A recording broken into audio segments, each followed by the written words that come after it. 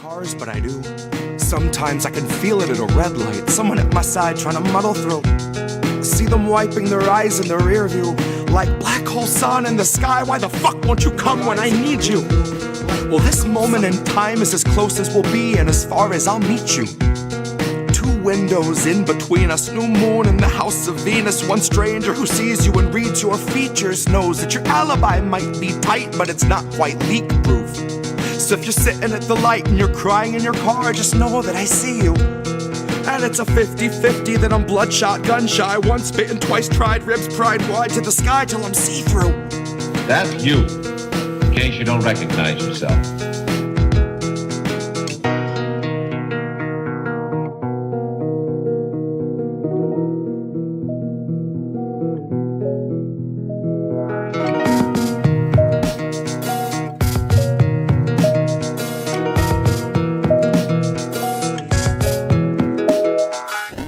You don't think I see you struggling to breathe, but I do.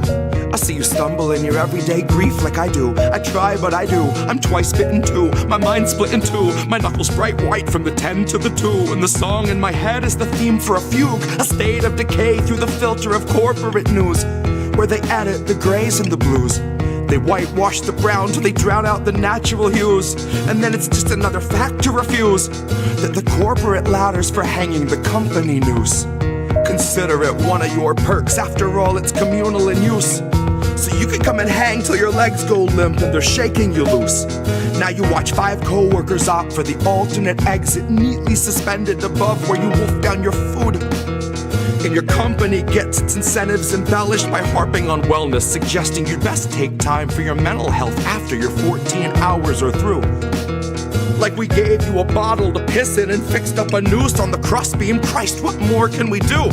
So if you struggle to breathe any moment that you aren't asleep, then remember, most of Americans fear for their savings, fear for their shelter, fear for their babies. You aren't the fringe of exception, but rather a perfect example of capital's rule. And you're far less alone than the ruling class tells you is true.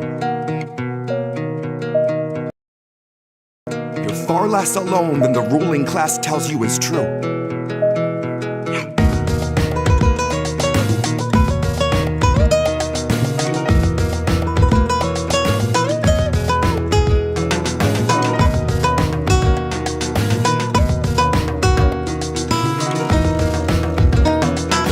People, you don't think I see you crying in your cars, but I do.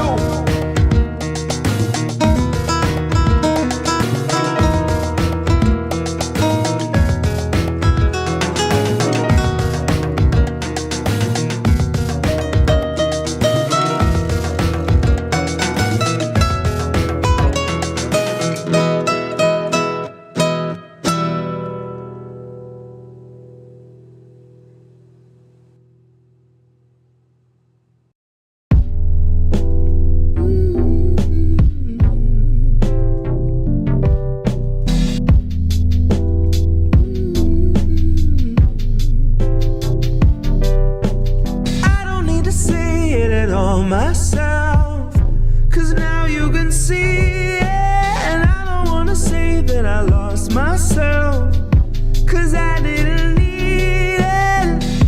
Whoever I was when it started, I think that they'll stay in the past. That's all that I've lost when it's over. I'll be happy with that. I'll be happy with that.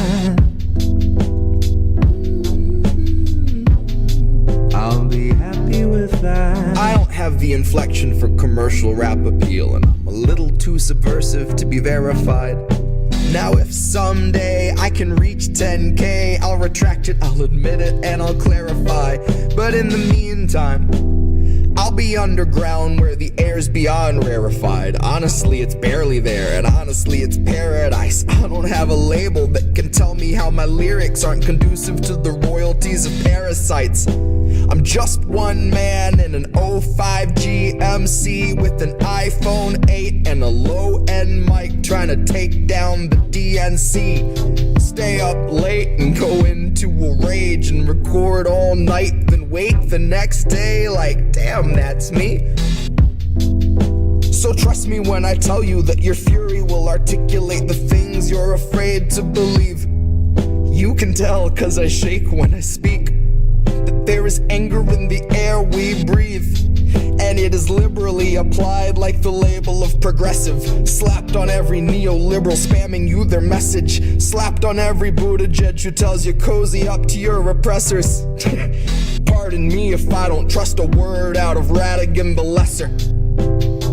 Shut your eyes, love, the more you know the better. The worse you see, the sweeter. A peaceful revolution doesn't really fill a theater. A flint will start a fire, and flint water douses it. But if you think it's safe to drink, you must have skipped the Kool-Aid and gone for the ether. 'Cause I think you're fucking dreaming. Are you? No? Good. Me either. Alright. Let's take a short breather.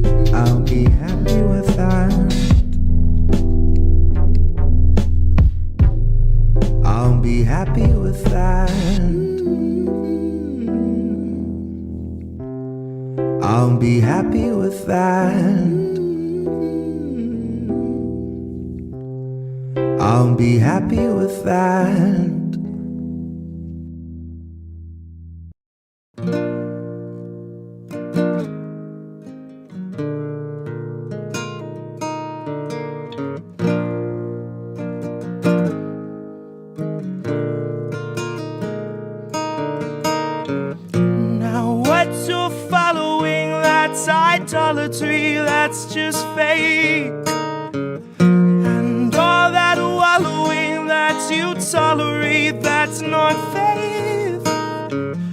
The kings of colony watched autonomy make our graves. The kings of colony know no policy, only rape. Now once you fall asleep.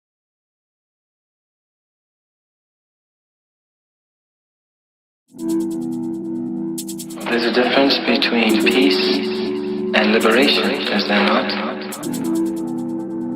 You can have injustice and have peace. Isn't that correct? Have peace and be enslaved. Yes. So peace isn't the answer. No. Liberation is the answer.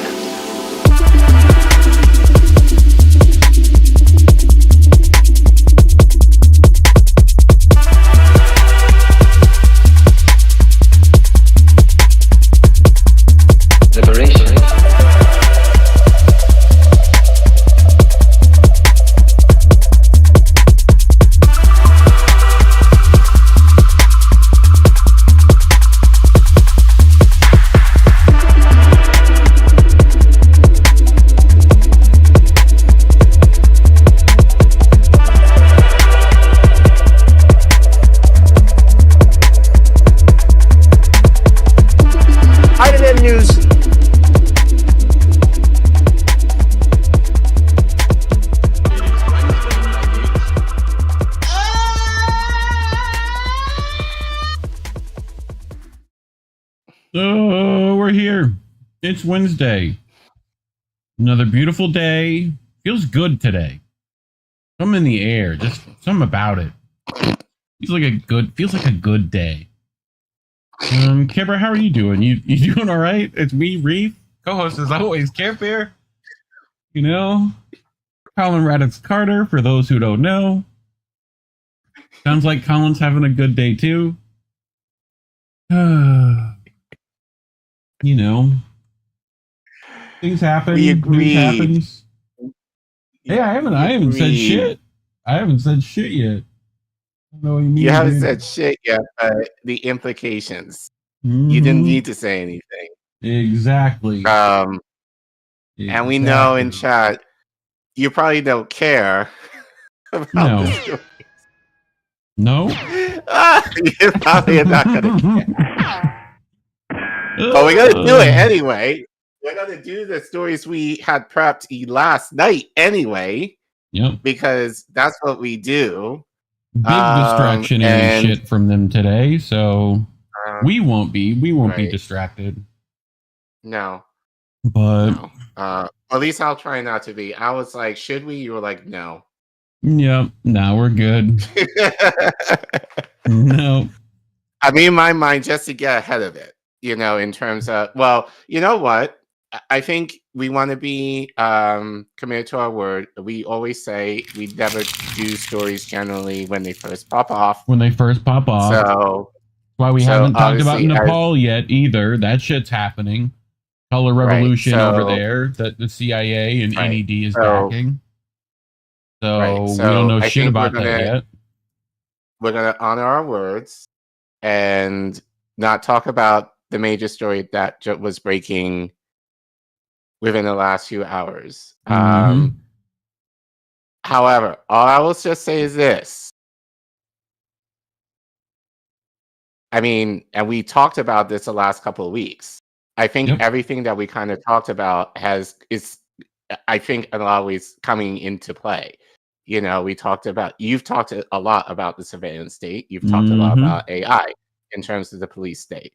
We've talked last week in terms of definitely expect more of that. The idea of, you know, what does it mean to stand up against within the revolution in terms of, I'm going to say the right to bear arms doesn't always mean guns. It's the right to bear arms, dog. Bear arms, dog. But the idea of self-defense in terms of revolution, we definitely talked about that last week. So I think, honestly, this might be, you know, we said we want to do a segment on that, at least within that realm. I think we definitely should do the necessary research and kind of pull that together as soon as possible, because, you know, I don't think it's a coincidence that we've been reporting on this for a while, especially within the last month. And just within the last month, there's just been stuff that have kind of, you know, kind of synced in terms of our segments and the reality of what's happening in the world right now. So, but yeah, we're not, like we said, we don't want to report on stories as they pop off. Obviously, you know, you guys know it's regarding, you know, Charlie Kirk, that he was killed a few hours ago. It's still very fresh. So if there is something more prevalent and something different, and as we try to do a different angle than everyone else. We don't want to be on the sensational side of it. If there's something that I think is worth sharing, then we'll share. But it's still very new, and I'm sure our colleagues will talk about it on their shows. You can go watch them for that. So, but yeah, that's all we're going to say on that, at least for now. So that being said, what stories did we bring? News. We have stories. Well, besides, because it's funny, because last night I was like, there are no stories. There are no stories. There really was, up until, again, like a few hours ago, there really wasn't anything that I was like saw that I was like I wasn't feeling it. And it wasn't due to because of like too much Israel stories. I just didn't see anything that was really like Yep. that kind of spoke to me. That being said, shout out to you. I was like, well, here's some fucking stories. Take some stories. I have some stories. Take them. Like, but actually, some of these are actually kind of interesting. So first one, you shared this with me like last week, I believe. But I said we'll hold on to it because I felt it was probably a good evergreen segment, which it is. So obviously it's a kind of provocative title. I was kind of inspired by the Columbia University reparations thing that we reported on a few weeks ago. So in this story, the UK Army did some mess in Kenya and basically caused some natural disasters in terms of fires due to their play. I mean, like, I guess it's more or less their defense training or whatever. Yeah. That Kenyans within the community where they were based were like, we want compensation for basically destroying our land and our region, essentially. So they've got what I call reparations, from a matter of speaking. Yeah, you can come for me in the comments, or you can come for me in the chat. But once we get into it, that's exactly what they are, at least in my mind. So we're going to get into that story first. And then later on tonight, this is a story that you also brought to me. So we're going to go back in time in 2019 when U.S. Navy SEALs killed North Korean civilians during a mission that they essentially botched up. So we'll get into the details of that later on tonight. And then what did you bring? You brought an extra story. Yep, I had a couple. Speaking of incoming increase of police state for unknown reasons, I'll be talking a bit about Trump. We've talked about, like, especially when it comes to the police state, we talked about, like, well, why is Trump doing these things, right? So I found this piece that might showcase a bit of the imagery he's trying to provoke. So we'll talk about that. And of course, we're not going to get distracted by all the other bullshit. We're going to talk about what actually happened this fucking week, and that Israel, in conjunction with Arab states and the US, attacked the negotiations of peace in Israel. So we're going to be talking about that. And also have some updates on Venezuela we'll get to. So that's what I brought. Okay. Hopefully people enjoy those. But right. Yep. Right. So ready to do the thing that we normally do. We should probably just do record this part, because not to say I get tired of doing this every week. Yeah. But it gets monotonous doing this every single week. Why does it do this? This is weird nonsense from fucking our like slideshow thing that sometimes it just makes the entire slide white for some reason. Really odd. Like, this is what that slide should look like. You know? Weird. Only does it to like a couple of them. But anyway.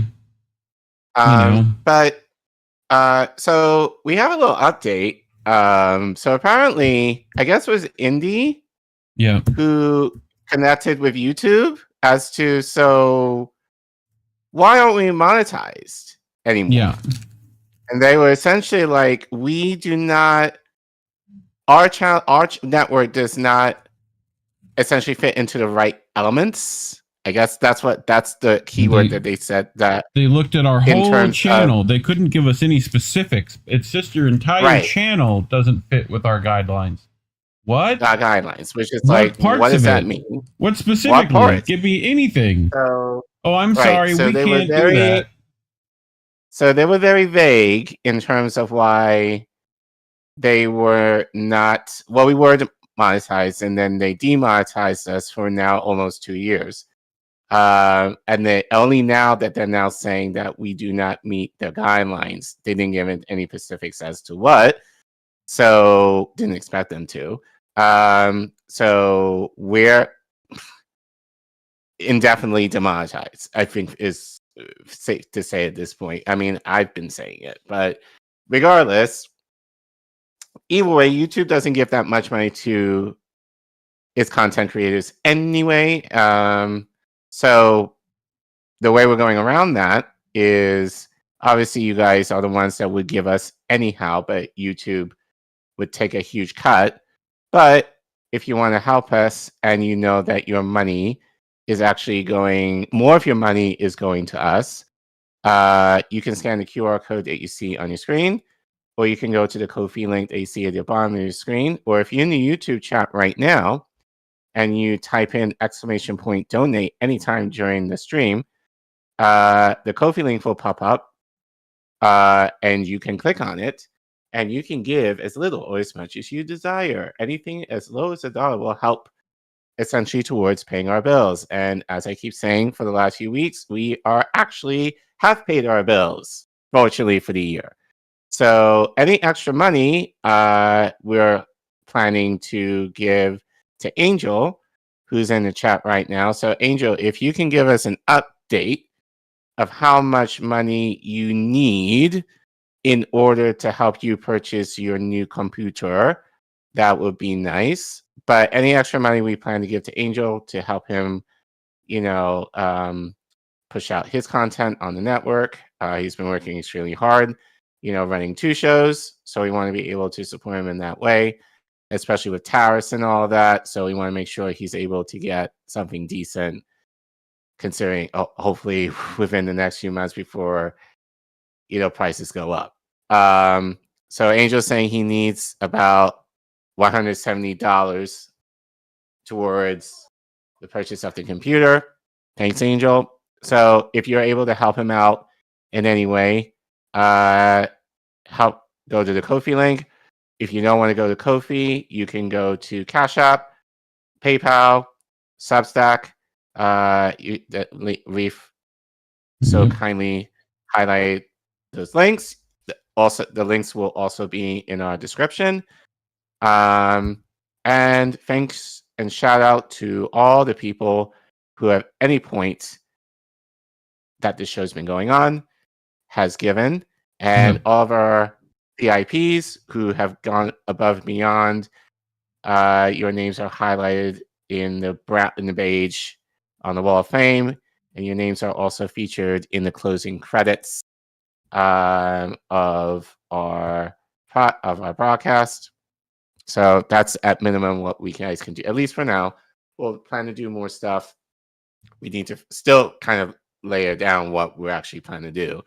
But yeah, just want to thank you guys. I think just really, truly just supporting us. And I think I said this to you last night, Reef. We got a comment on one of our clips that said, wow, you guys are only at, I think, 25. Okay. Right now, you guys should be at 50. Like, you produce good content. So we don't get those compliments a lot, but when we do, it's very meaningful. So thank you to whoever that was that appreciates what we do. So, and that's why we do this. We want to give you good content they're able to learn from, they're able to think about, but also maybe something you might not consider in terms of what the content that might be pushed. So this is why we do this. Out of love for you guys. And yeah, so just thank you guys for how you supported us this past few months, getting us in a profitable state at this point of the year. And yeah, we just want to get bigger and better. Anyway, shall we get started? Yes, sir. Let's do it. All right. So Wait. We're in the wrong thing. Hold on. Wait. What? Wait. Okay, now you're good. Go. Sorry, I was in the other thing. What was that?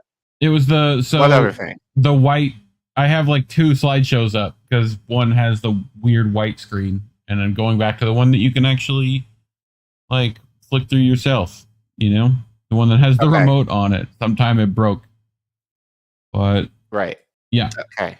So first story tonight. A little unknown story. Thanks, shout out to Reef for pulling this for me. Mm-hmm. So we're gonna head over to the African continent for a bit. Okay.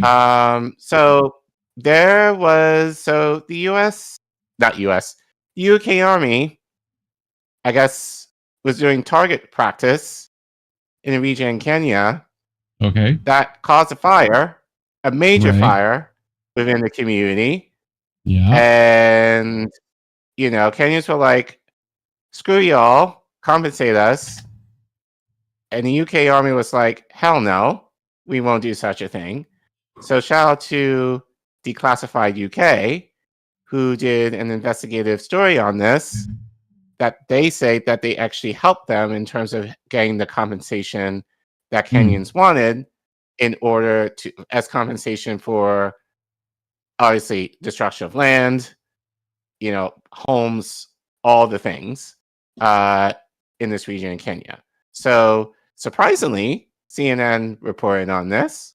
So we're going to watch that clip first just to give you guys a summary of some context. And then we're going to go into the article where Declassified UK goes into specifics of the incident and how they supported, this court case. So a forest fire raging through the hills of central Kenya in 2021, burning over 10,000 acres of protected land and smothering the local community with toxic smoke.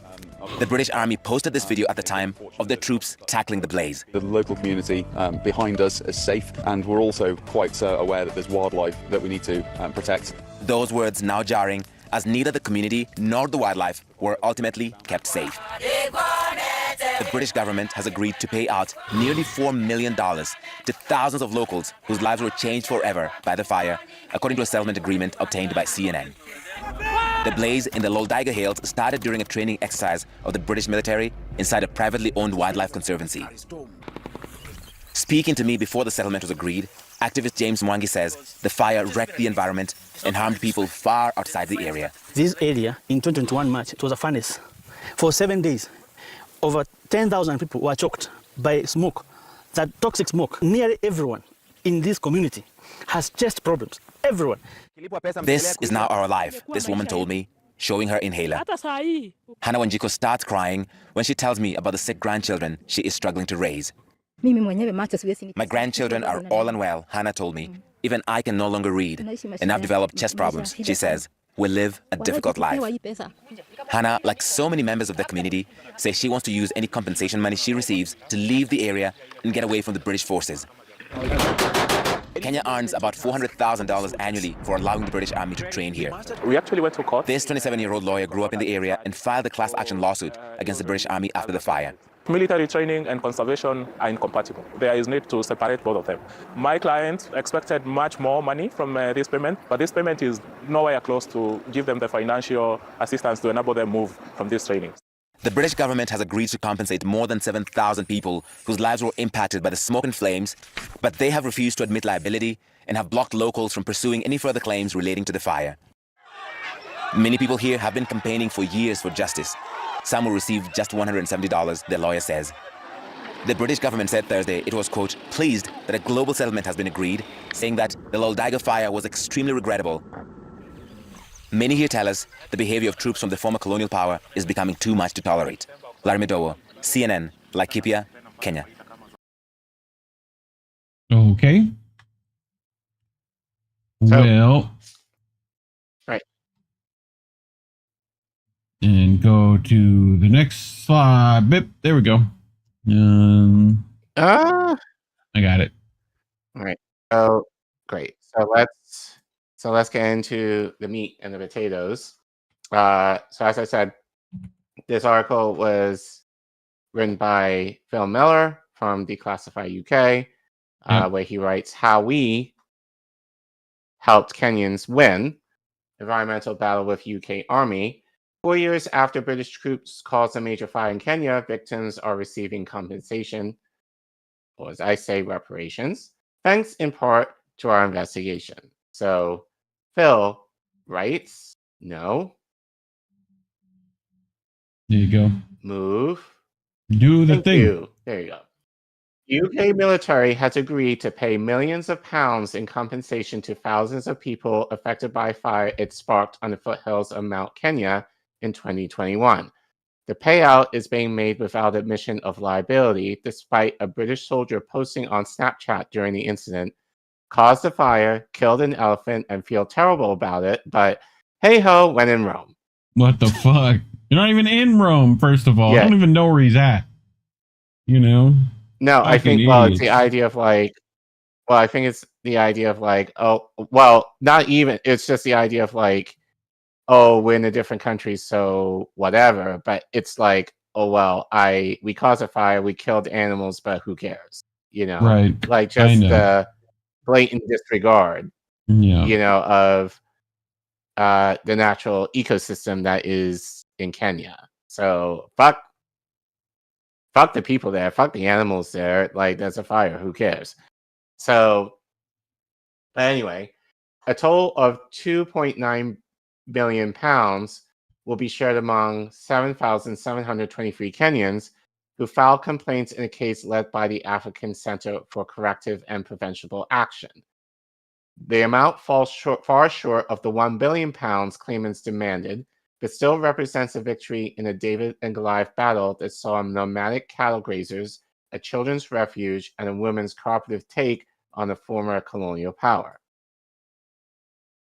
Father to Linus Mugangiri died fighting the fire that started at Logadaga Ranch near Mount Kenya. His widow, Karen Gatwiri, told Classified. Linus used to complain that anytime the British Army visited Logadaga, they were rowdy, caused explosions, and lighting fires that the workers had to extinguish. Okay. The ranch was owned by Robert Wells, a descendant of colonial settlers who the British Army paid for permission to train on the land. He has since sold much of his stake at Logadaga and lives comfortably in the UK. Declassified investigated the case extensively, first exposing how it followed 5 smaller blazes sparked by British troops in the month before. None of those incidents were probed by the Army, who went ahead with an exercise of Logadaga in what British High Commissioner Jane Marriott called tinderbox conditions. Calvin Kubai, a lawyer for the claimants, told Declassified, "We relied heavily on your investigation, especially on the fact there were earlier fires. That was a very key finding." Huge finding. We also found that, right. Like, this might be British Army, indicative of a pattern, you know? Right. So, like, to me, this is why I pulled this article, honestly, was that this seems like intentional if they were doing it more than once, you know? Right. So, like, they're literally burning Africa on purpose. Right. Or just, or you can argue ignorance, which I don't think it is. No. But just the disregard of like, hey, we're here. There's no, or in their mind, no one significant is living here. So we're just going to go ahead and do whatever we want. And not care for the land, not care for the inhabitants that live there. Sounds familiar. So, but yeah. But we continue. You also found that British Army exercises in Kenya had created enough military debris to fill 13 shipping containers. 13 So this wasn't like little bushfires. This was significant like damage being done. All of that could potentially be ignited by such fires. We later traveled to Kenya and conducted interviews with scores of people affected by the fire. Their testimonies challenged the British Army's claim that only private land at Logdaiga had been damaged. At Mingongo Ini, a private school and refuge 10 miles west of Logdaiga, we met dozens of malnourished boys and girls whose parents lost crops or animals from the smoke, leaving them unable to feed their families. One poor child fainted from hunger while we were there. Many struggled with sickness brought on by the fire. I've been really affected, Samuel Lokire complained while holding a long white cane. My eyes, my nose, my whole breathing system. Before I was able to see, but for now I don't really see very well. My eyes are itching every day. I'm totally disabled. On the front line was a Maasai settlement, Kimugagura, who paid Logaiga for the right to graze 10,000 cattle on the conservancy. Half have died from the fire, Maasai leader Satuk Kaparo commented as he showed us a burnt barn. That's 5,000 cows. Right. Like, have died. Right. That's plus all your farmland. And like, that's murder in a lot of places.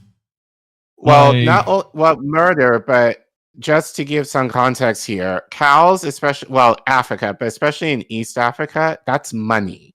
Yeah. That's, you know, like that, those are dowries, like what you give to wives when they get married. That's income you're losing. So don't think of cattle as just like these big beasts that just graze. That's for them, you know, their wealth. Right. So literally, it's like the British basically burned their money in terms of just their not in exactly incompetence, but their complete disregard, you know, in preparing for war, no less. And food for the winter. That's what I'm more worried about. Like, but so another Maasai herder, Elijah Mishami, said, I've gone from having 300 to 5 cattle. They caught a disease from the smoke. The pastures we depend on are gone. We're being forced to migrate because of the drought as well. And I think probably climate change hasn't really helped matters there either, I'm sure. 2 vets confirmed the scale of animal deaths and injuries. Unfortunately, a lot of cows have lost their eyesight. They've gone blind from conjunctivitis and bovine blindness, Ruben Maina said. His colleague Flavian Nigunya, added, it's massive, the amount of cattle who have died from the fire. During the incident, most died due to smoke inhalation, approximately more than 30,000. Latano Nabala, the elected speaker at the County Assembly El Lapika, stressed the impact of this loss on the Maasai. It is the animals that give the pastoralists pride. Animals define who a person is in society. Again, wealth. The more cows you have, the more you are expected. So when you kill our animals, not only you've killed what I could sell for food, you've also killed me as a person, the politician explained. Our investigation found that the fire produced so much smoke, it represented 7% of the UK's military carbon footprint that year.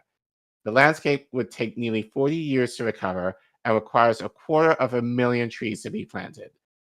The British High Commission in Nairobi said in a statement, the Logaiga fire was extremely regrettable, and the UK recognizes the length of time it has taken to resolve this matter and the frustration that this has caused within the affected communities.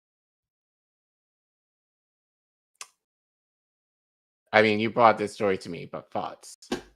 Well, I mean, I'm kind of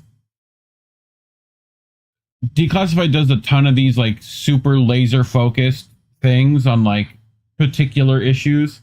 Like they've covered recently a case about UK soldiers raping African women, right? And getting away with it. I mean, they covered a lot of this stuff in Africa, especially that the UK has been involved in. I think we covered not all that long ago a piece by them about another murder that UK military essentially did there, and had to be reprimanded and convicted of. But I find this is one of the times where one of their laser focused things might have larger implications about why are they doing this. Like they're gonna have their like, oh well, we're planning firefighter. I'm like, yeah, but you wouldn't do that in tinderbox conditions in these regions. Like, you'd be a lot more careful. There'd be a lot more, and it's like, it's just, oh, oopsie poopsie. Then accident. Yeah, you can't have an accident 5 times. Like, to me, this was deliberate. That's what I felt like reading it, that they're actively burning the countryside for some reason, like, I don't know what that is yet, but well, I mean, that's... do we need a reason? No, not necessarily. Do we need a reason? Like, that's just my take on it. You don't need a reason. It's just, again, I think it's just almost kind of the stereotypical view of just like, like going back to the idea of Israel, like we've talked about this on the show, where the British proposed having Israel be in this region, funny enough. And they were like, on the basis that there was no one living there, which is far from the truth. But it's the idea of like, these Black Negroes are insignificant, that, like, it wouldn't harm us if, white Israelis made this region of the world their home. So I think that's still that psychological idea that, and I think it's almost kind of like, because Africa is so big and the land is so vast that you have a lot of space to do whatever you want, and you're not going to encroach on people. Well, again, in this region of the world, like the Maasai, I mean, it's, most people probably know the Maasai, who tend to be more nomadic, that they travel around. So that it's not like Nairobi, which is a huge bustling city. It's like out in the bush where it's a lot more vast.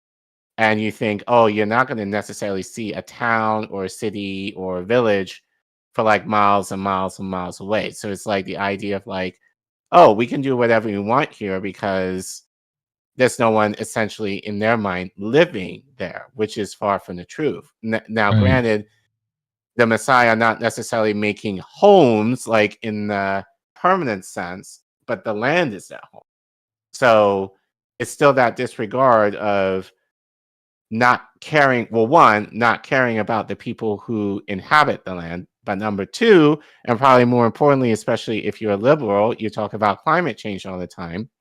The impact of your waste and the pollution that you are producing, that as they reported in the article, it's affected their wildlife, which affects their money. It's affected their health, which obviously requires time and money, which now they don't have in order to get better. And the failure of their economic system, given that these are, shepherds for all intents and purposes. They work the land in order to create wealth and food and shelter, which they're not able to do due to the fires. Yep, I'm with you. Pretty fucked up. And 4 million is nothing for that kind of wealth loss. Like even every Texan could tell you how much that beef was worth, let alone, like, so, I'm sure one of those farm country-fed, corn-fed boys could do a price list on that. That's a lot of money, dude. But anyway. So, I mean, but I thought, just as a quick aside, Now, I call this reparations, and I think in a lot of ways it definitely fits the definition in terms of like, it's like the base of reparations is repair, like to repair for a wrongdoing. Now, I would argue the British government didn't necessarily say sorry.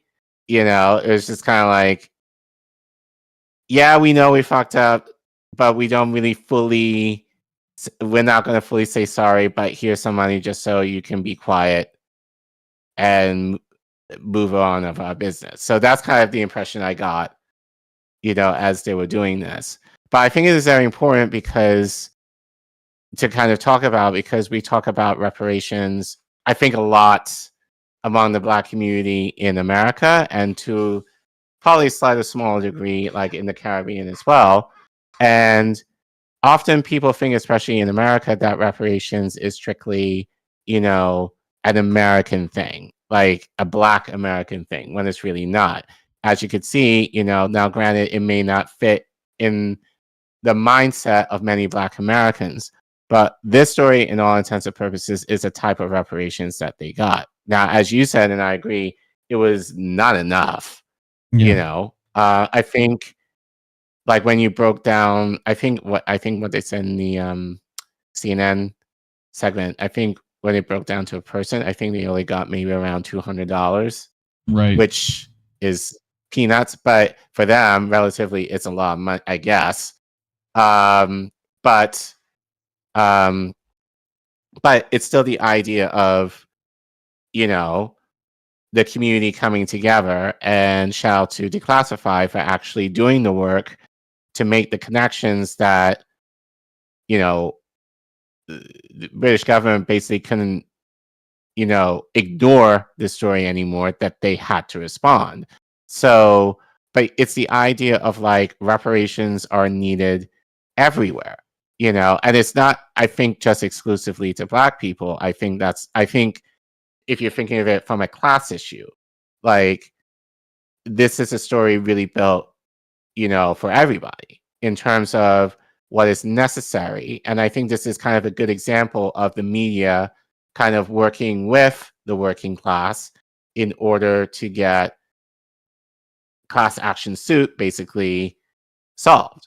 So now you can wouldn't that be nice if like our media, well, mainstream, but really that's what we should be doing in independent media, like which kind of goes along the lines of what I say all the time. It's like, you have to affect policy, and that's really what independent media should be, is thinking of ways that we're able to affect policy where the government leaders were actually scared into taking action. So, which is what you saw here. So unfortunately, we don't have that kind of apparatus or pull maybe at this point to be able to do that. But I like to think one day that we have the capability to. But I think it's, again, a matter of, as you said, when we came in tonight, I think a lot of people, especially even in our space, kind of chase the trending story or the headline story in order for clicks or views, rather than using these stories to empower and to support people in getting justice, or at least a step toward, which I think, and I think agree, definitely we want to focus on. But I think, again, it's just a matter of the will and connecting with the right people to be able to do that in a way that benefits the people who are oppressed. Yep. I'm with you. Like, where are they going to start fires next? That's what I'm wondering. So, anyway, anything else you got? No. Okay. Well, that's why we're demonetized, because we talk about stories like these.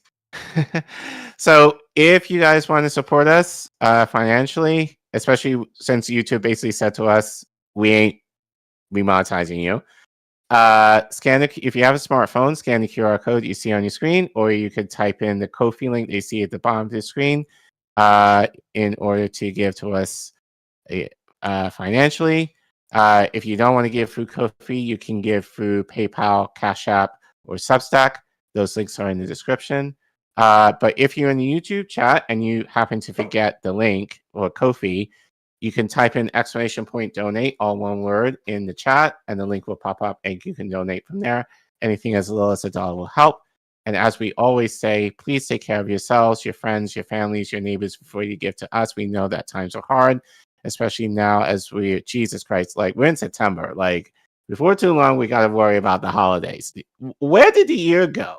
Honestly, where did the year go? Like, time flies. Like we're already like basically in Halloween for all intents and purposes already. And by the beginning of next month, we're going to be talking about Christmas. So, but regardless, tariffs are going to be a thing this year. They already are affecting people. So obviously, we want you to take care of yourselves, as we keep saying, to make sure that you're able to meet your ends as best as you can. But if you have any extra dollars lying around and you want to give to us, we'll more than appreciate it. That being said, we've been growing because you guys have been subbing and subscribing to us and liking our content, which we really appreciate. So make sure you continue to do that. And make sure you leave a comment to let us know what you're thinking. And from what we hear, that also helps with the algorithm when people engage in chat and comments and clips. But let us know what you think regarding this story in Kenya. Would you consider the class action suit reparations? How do you think this might be or should be a part of a larger story in terms of the fight for reparations for Black Americans and in the Caribbean, in the West?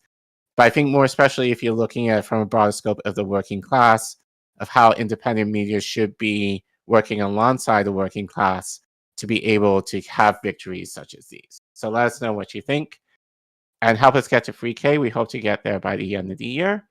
And thanks for watching. Yeah. All right. I see chats trickling in. People are probably busies. Angel did say 4 million seemed like a slap in the face in his opinion. And the West has once again screwed over Africa. Funny how they keep doing that. Yeah. So, Sean the Accord Lord, Mossad pulled another assassination today. They did try to do that. We're going to get that. We're going to get to the DOHA attack in a minute. That's what you mean, right? You definitely mean that. Sean says the reason equals a new spot for another data center. Yep. Most likely. Got to get that real estate. So, but well, let's get to our next one, shall we? I think it pertains. So, I found this, Collin. We've been talking recently about like just the new police state that's been going around. Well, it's not new, just a little more out in the open. But I've asked the question because I don't completely understand why Trump would do this. Like, yes, it supposedly is to pander to his base, but I don't think his base is completely down with that. Like, I think this also hurts him in that regard. So I'm still curious, but this is from Off Guardian, and they might have some explanations, right? So John and Nisha Whitehead write a police state presidency when rule of law becomes rule by gunpoint. So here they talk about how Donald Trump has always been a master of imagery, and we've talked about that recently, about his like AI propaganda wing, right? From his red MAGA hats to his choreographed rallies, he understands the language of spectacle. Now he's discovered the perfect propaganda machine, AI-generated images. AI allows the creation of endless variations of Trump as warrior, Trump as enforcer, Trump as savior, These images spread across social media, replicated, remixed, and shared until they become familiar, even normalized. These memes are carefully crafted signals of how Trump envisions power in America. So, of course, we got the dreaded white screen again, so let me go and fix that by going to the right thing. Here. Slideshow. Cool. These memes are carefully crafted signals of how Trump envisions power in America. These algorithmically perfected images, generated to flood the digital landscape and shape the subconscious of millions, are neither accidental nor new. They are psychological warfare, propaganda that is as old as time. Propaganda does not persuade through logic, it persuades through familiarity. And Trump's AI propaganda machine is doing its job, normalizing the sight of a president in a SWAT uniform. Throughout history, despots have used martial imagery to elevate themselves above the people and justify power by force. You're probably wondering, Collin, what they mean by a president in SWAT uniform. You might not have seen this, but this got shared over on Truth Social. The orange man bad is sharing this. Him in a SWAT uniform, fully militarized police unit, right? So that's nice. That's what a president should be doing. So Mussolini wrapped himself in the black shirts of his paramilitaries to rally fascist Italy. Hitler carefully staged uniforms and parades signaled to total control of the German nation. Stalin and Mao surrounded themselves with martial iconography to convey power over life, death, and law. The message was always the same. I am not just your leader. I am your protector, your executioner, and your law. Today, Trump joins that lineage, not on a battlefield, but in digital space. But unlike his predecessors, Trump does not need mass rallies or parades to craft this imagery, although he fucking uses those too, don't he? I don't know if y'all remember those military parades recently. Algorithms now do the work of propaganda ministries, and unlike past dictators who required massive propaganda apparatuses, Trump needs only an internet connection and an AI tool to clothe himself in the trappings of authoritarianism. This may be political theater, but it is also authoritarian propaganda that sends a message that Trump sees himself not as the servant of the people bound by the Constitution, but as the nation's chief cop, judge, and executioner. Under a police state presidency, there are no checks and balances, no due process, no Bill of Rights that should stand in his way. By collapsing the distinction between civil government and militarized force, the president, self-styled as a SWAT chief, suggests that dissent will not be debated, it will be policed. When Trump dons a SWAT uniform, even digitally, he is telling Americans, this is how I see power. Not as persuasion, not as consent of the governed, but as force delivered at gunpoint. The SWAT image is the visual embodiment of a police state presidency. It signals raids on the homeless, as Trump's July 2025 executive order mandated when it directed federal agencies to clear encampments nationwide. It signals mass arrests of immigrants and families rounded up in early morning ice sweeps. It signals military deployments to American cities when Trump sent the National Guard to Los Angeles, a move a federal court recently ruled a violation of the Post-Comitas Act, I think. It signals treating dissent as criminality and opposition as insurgency. For decades, Americans have watched the rise of SWAT teams transform America and domestic policing into a militarized state. Battering rams, breaking down doors, no-knock raids in the dead of night, armored vehicles patrolling suburban streets, flashbang grenades tossed into homes. SWAT was originally conceived for rare, high-risk emergencies like hostage situations. Today, it has become the default face of the American police state. The numbers tell the story. In the 1980s, there was roughly 3,000 SWAT raids per year in the U.S.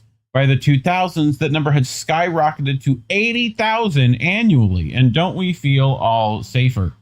What was once a rare tactic reserved for hostage situations were heavily armed standoffs is now routine police work.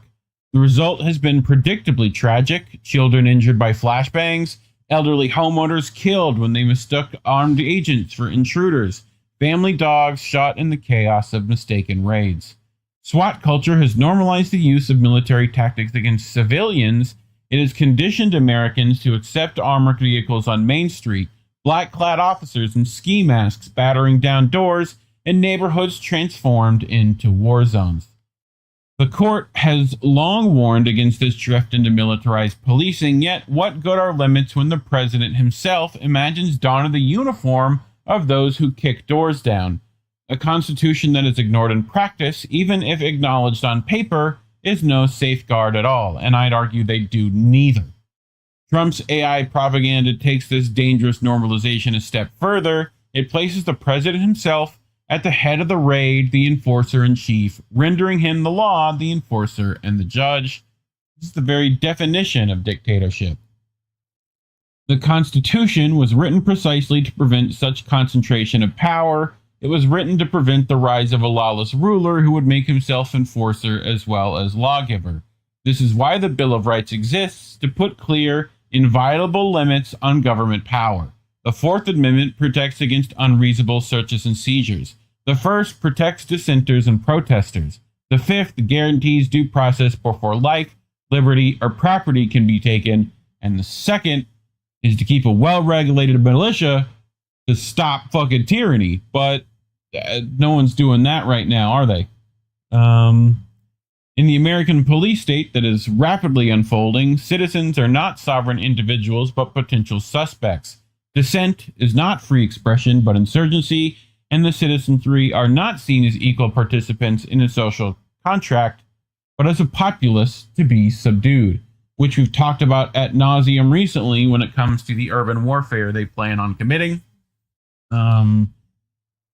So, yeah, this is not merely unconstitutional, it is anti-constitutional. What makes Trump's propaganda even more dangerous is how well it aligns with America's existing drift towards militarization. Yeah. So, police departments nationwide already deploy surplus military equipment, including tanks, drones, and battlefield weapons.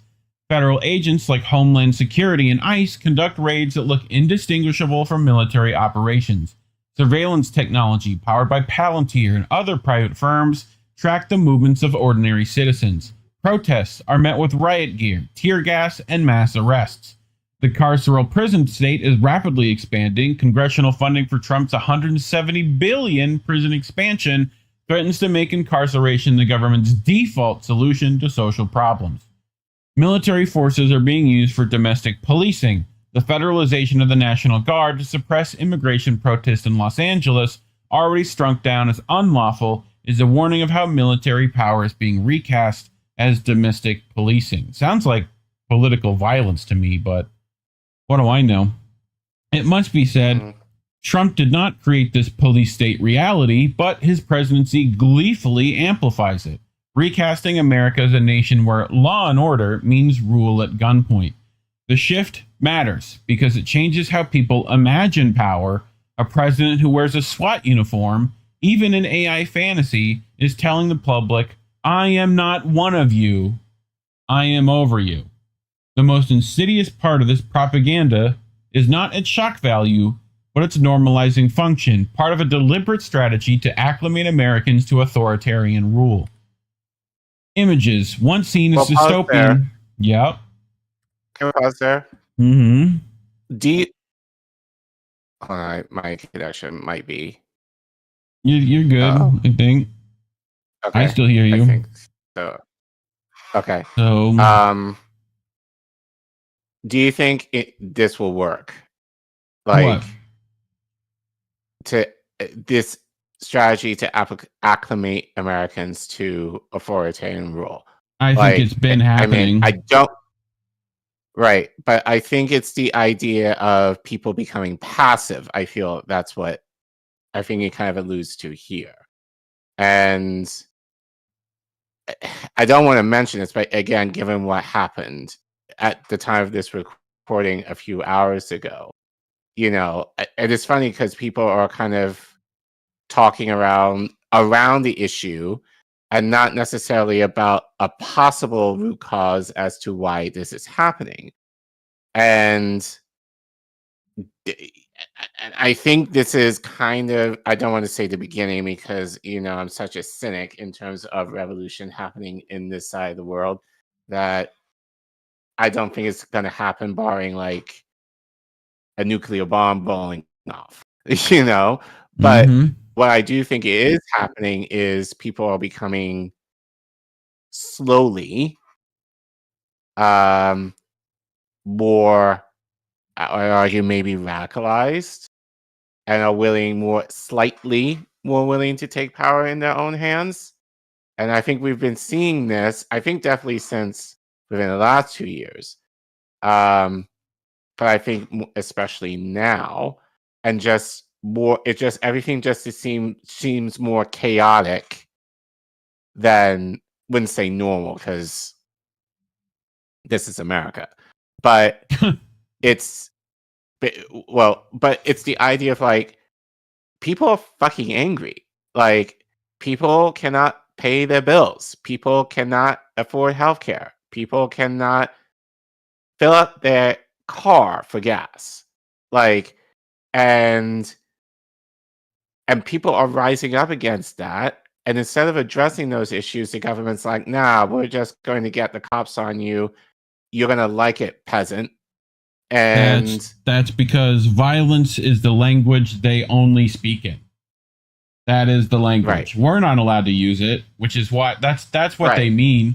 Like to acclimate Americans to the rule. That's what they're talking about. If you're willing to like let that continue without giving violence back at some point, that's what they're talking about. You are acclimated. You are Stockholm syndromed to the problem.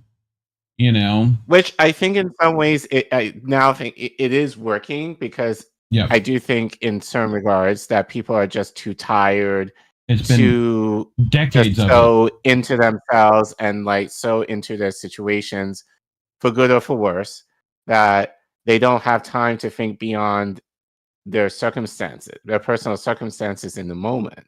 But there's a few people who are thinking beyond, that are willing to do something about it, probably at the cost of their life, but hell, they're going to be like, oh, well, I'm going to do this anyway. And given that it's Trump, unfortunately, I think we're going to see more situations rising up like this, especially given, as I keep like saying, like I live in DC, there's been a lot more of an ICE presence within my neighborhood, like over the last few weeks. But one thing that has kind of, I wouldn't say necessarily a positive, but it's definitely activated people. Like people are now protesting, like within certain pockets of my neighborhoods. People are watching for ICE raids so that whenever ICE kind of comes in, like there's going to be enough people that will scream, record, and like chase them out. So while I argue in some ways that's a great thing, that should be happening anyway. That shouldn't be happening because of Trump. But as I've kept saying, like Biden funded the police more during his term, which has given Trump the carte blanche to be like, has enough gun power, literally, to shoot down any dissent, given how propped up the police state is. And as I keep saying, we've been talking, you've more especially been talking about this for the last few months, of how AI and the police state surveillance and cop cities now, basically in every major city, whether they're being built or be planning to be built, are coming into effect. And again, given the Charlie Kirk situation, and I said this to you offline, I feel this is going to ramp up a lot of those discussions. Because God forbid they have a proletariat that actually is willing to do something. Even any crisis, whether manufactured or not, will be used to further the authoritarian rule, as it has been for years. I was talking to a person offline just an hour ago, and he was like, "Oh, Charlie Kirk is not big of an issue. He's not a big deal." I'm like, and you could be far from the truth. If Bibi was able to acknowledge him, Mhm. thoughts and prayers. Like, political influencers have a lot more influence than probably Trump does. A bit of both. He's one of them. That's the problem. Yeah. But anyway. Well, yeah. Not to get you too involved in that argument, which, you know, Sure. we're trying not to. All that to say is, again, the idea of having to protect ourselves and Yeah. having to have the means of, at minimum, if police surveillance elevates, we can't just be passive and just say uncle. Like, we have to elevate with them, you know? Yep. So what is that going to look like? Those are discussions that we need to have, which are not, unfortunately, in independent media, we're not necessarily having. I think in anything, it's kind of more falling in line or kind of saying verbatim the language that the liberals use. Like, in terms of situations like this, when I don't think that really should be the fight that we should. That's not even a fight at all. That's just kind of like, you're just waving the right flag before you even get in the fight. So what does it look like to fight on our end that is, I can't think of the word right now, but in a way that kind of responds appropriately to the rise of the police state that is inevitable. Yep. I'm with you. So, images once now seen as dystopian now appears campaign meme. The president, as militarized enforcer, becomes a shareable joke, a collectible, a digital poster for the faithful. But every meme conditions the public to accept what would have been unthinkable. Today, it is a picture. Tomorrow, it's policy. This is how authoritarianism advances, not always through tanks in the streets, but through the slow, steady normalization of force as governance. Every authoritarian regime has used uniforms and slogans to rebrand tyranny as order. The Nazis had their SS uniforms, the Soviets their Red Star, the Chinese communists their Mao suits, which looked pretty good. Good tailors, those Mao guys.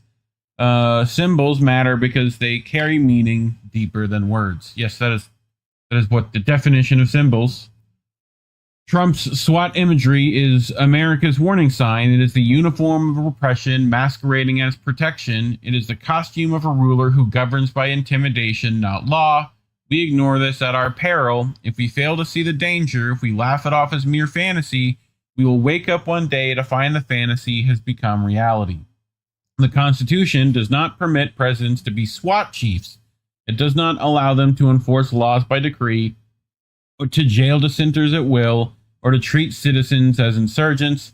It insists that the president is a public servant, bound by law, and accountable to the people, but that system only survives if we, the people, demand it. Nothing can stop what's coming, declares Trump.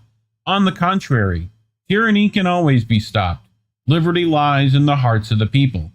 The choice before us is clear. Do we accept the imagery, the president a SWAT chief, or do we affirm the vision of the founders that no man is above the law? The time to decide is now. The Constitution will not defend itself. Trump's AI propaganda declares that laws, whatever the president enforces, it declares that rights are privileges granted or withdrawn by armored men. It declares that nothing, not law, not courts, not people, can stop what is coming. But, as I make it clear in my book, Battlefield America, The War on the American People, and its fictional counterpart, The Eric Blair Diaries, this is not the American way. In a constitutional republic, nothing, not presidents, not uniforms, not threats at gunpoint, not tyranny, should ever be unstoppable. Americans must decide, will we be governed by the Constitution, or will we be policed by the images of a SWAT-clad ruler who tells us resistance is futile? The founders knew the answer, so should we. What did those founders do against that tyranny again? I forget what happened.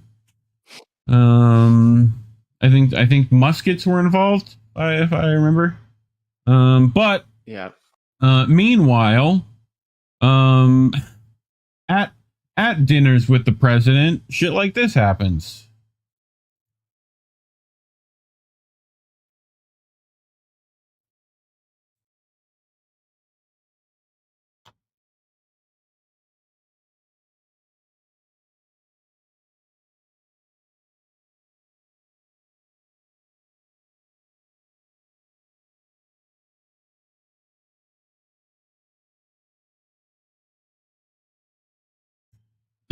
So, guess who, Care Bear?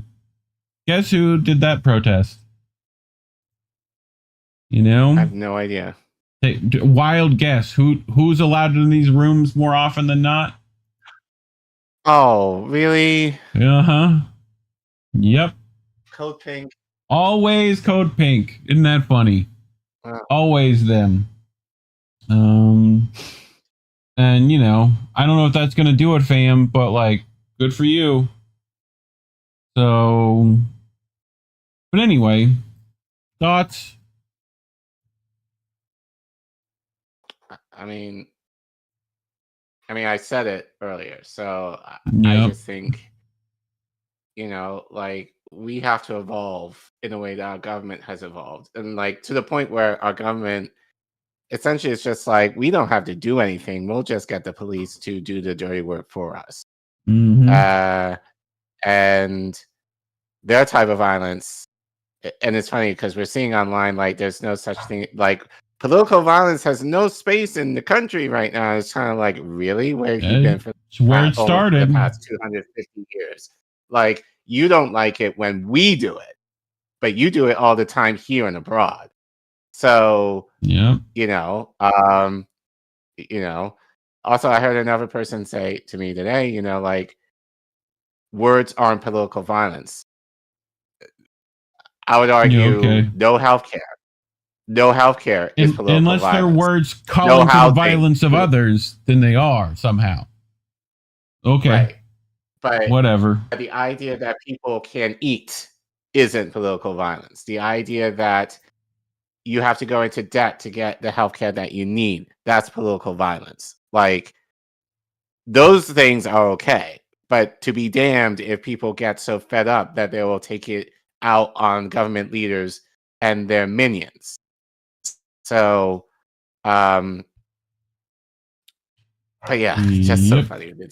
It really is. Well, talking about these sorts of things is why YouTube's decides to come after our, you know, monetary ability. So if you want to get around that system, you can go to ko-fi.com/IndieNewsNetwork or scan that QR code you see on your screen now. You know, if you're one of the poors like ourselves and don't have money to throw around, just share the video. Just literally do that. Take this video, send it to one of your like-minded friends. That easy. Leave a comment even. Supposedly that helps the algorithm if YouTube completely, you know, like, if they leave us any options for growth. You know, like and subscribe. Supposedly that also helps, but we're not sure. Otherwise, thanks for watching. Cool. Did that one. We'll check in with chat for a bit.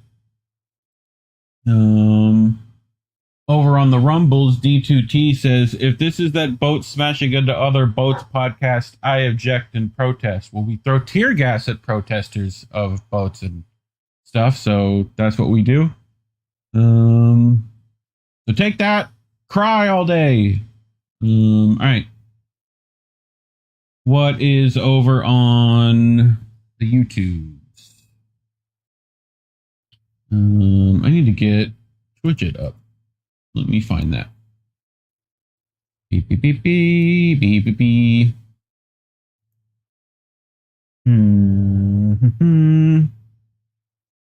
Yep, we're going to try not to mention he who will not be named today. We're going to try. I know it's the fun thing to talk about.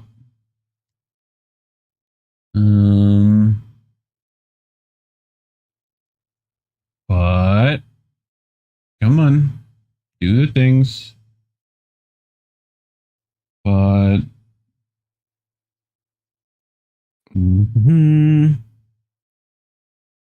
there we go. Now I can pull chats up. Look at me go. Doing the things. Do you see anything, Care Bear?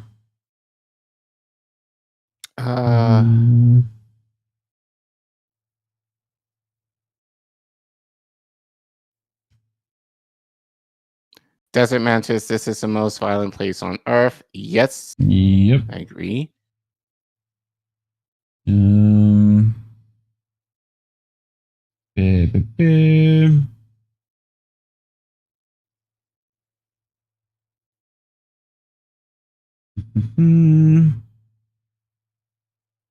think that's Vicky's all still I see. stripping grapes.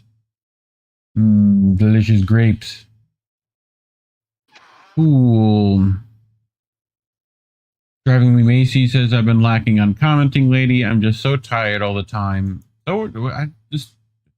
Being tired is a way of life these days, you know? We are all tired. You know, check your vitamins, make sure you're getting those, you know. But yeah, Indy's here, asks, who are these people? He should know. You should know who are these people. You know? But, all right. You ready to get to our next one? I'm ready. Cool. Well, let's go. So another story that you might not have heard before, but you heard it here. So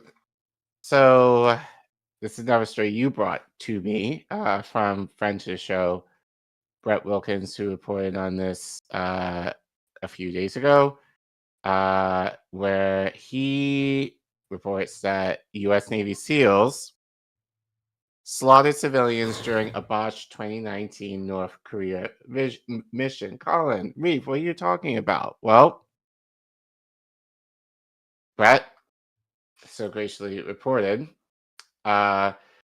U.S. Navy SEALs shot dead a number of civilians during a botched secret mission to plant a listening device inside North Korea during tense nuclear negotiations between the first Trump administration and the government of Kim Jong-un in 2019, the New York Times reported Friday. David Phillips and Matthew Cole reported for the Times that President Donald Trump personally approved the covert mission, which was to seal Team 6's Red Squadron, the same unit that assassinated Osama bin Laden.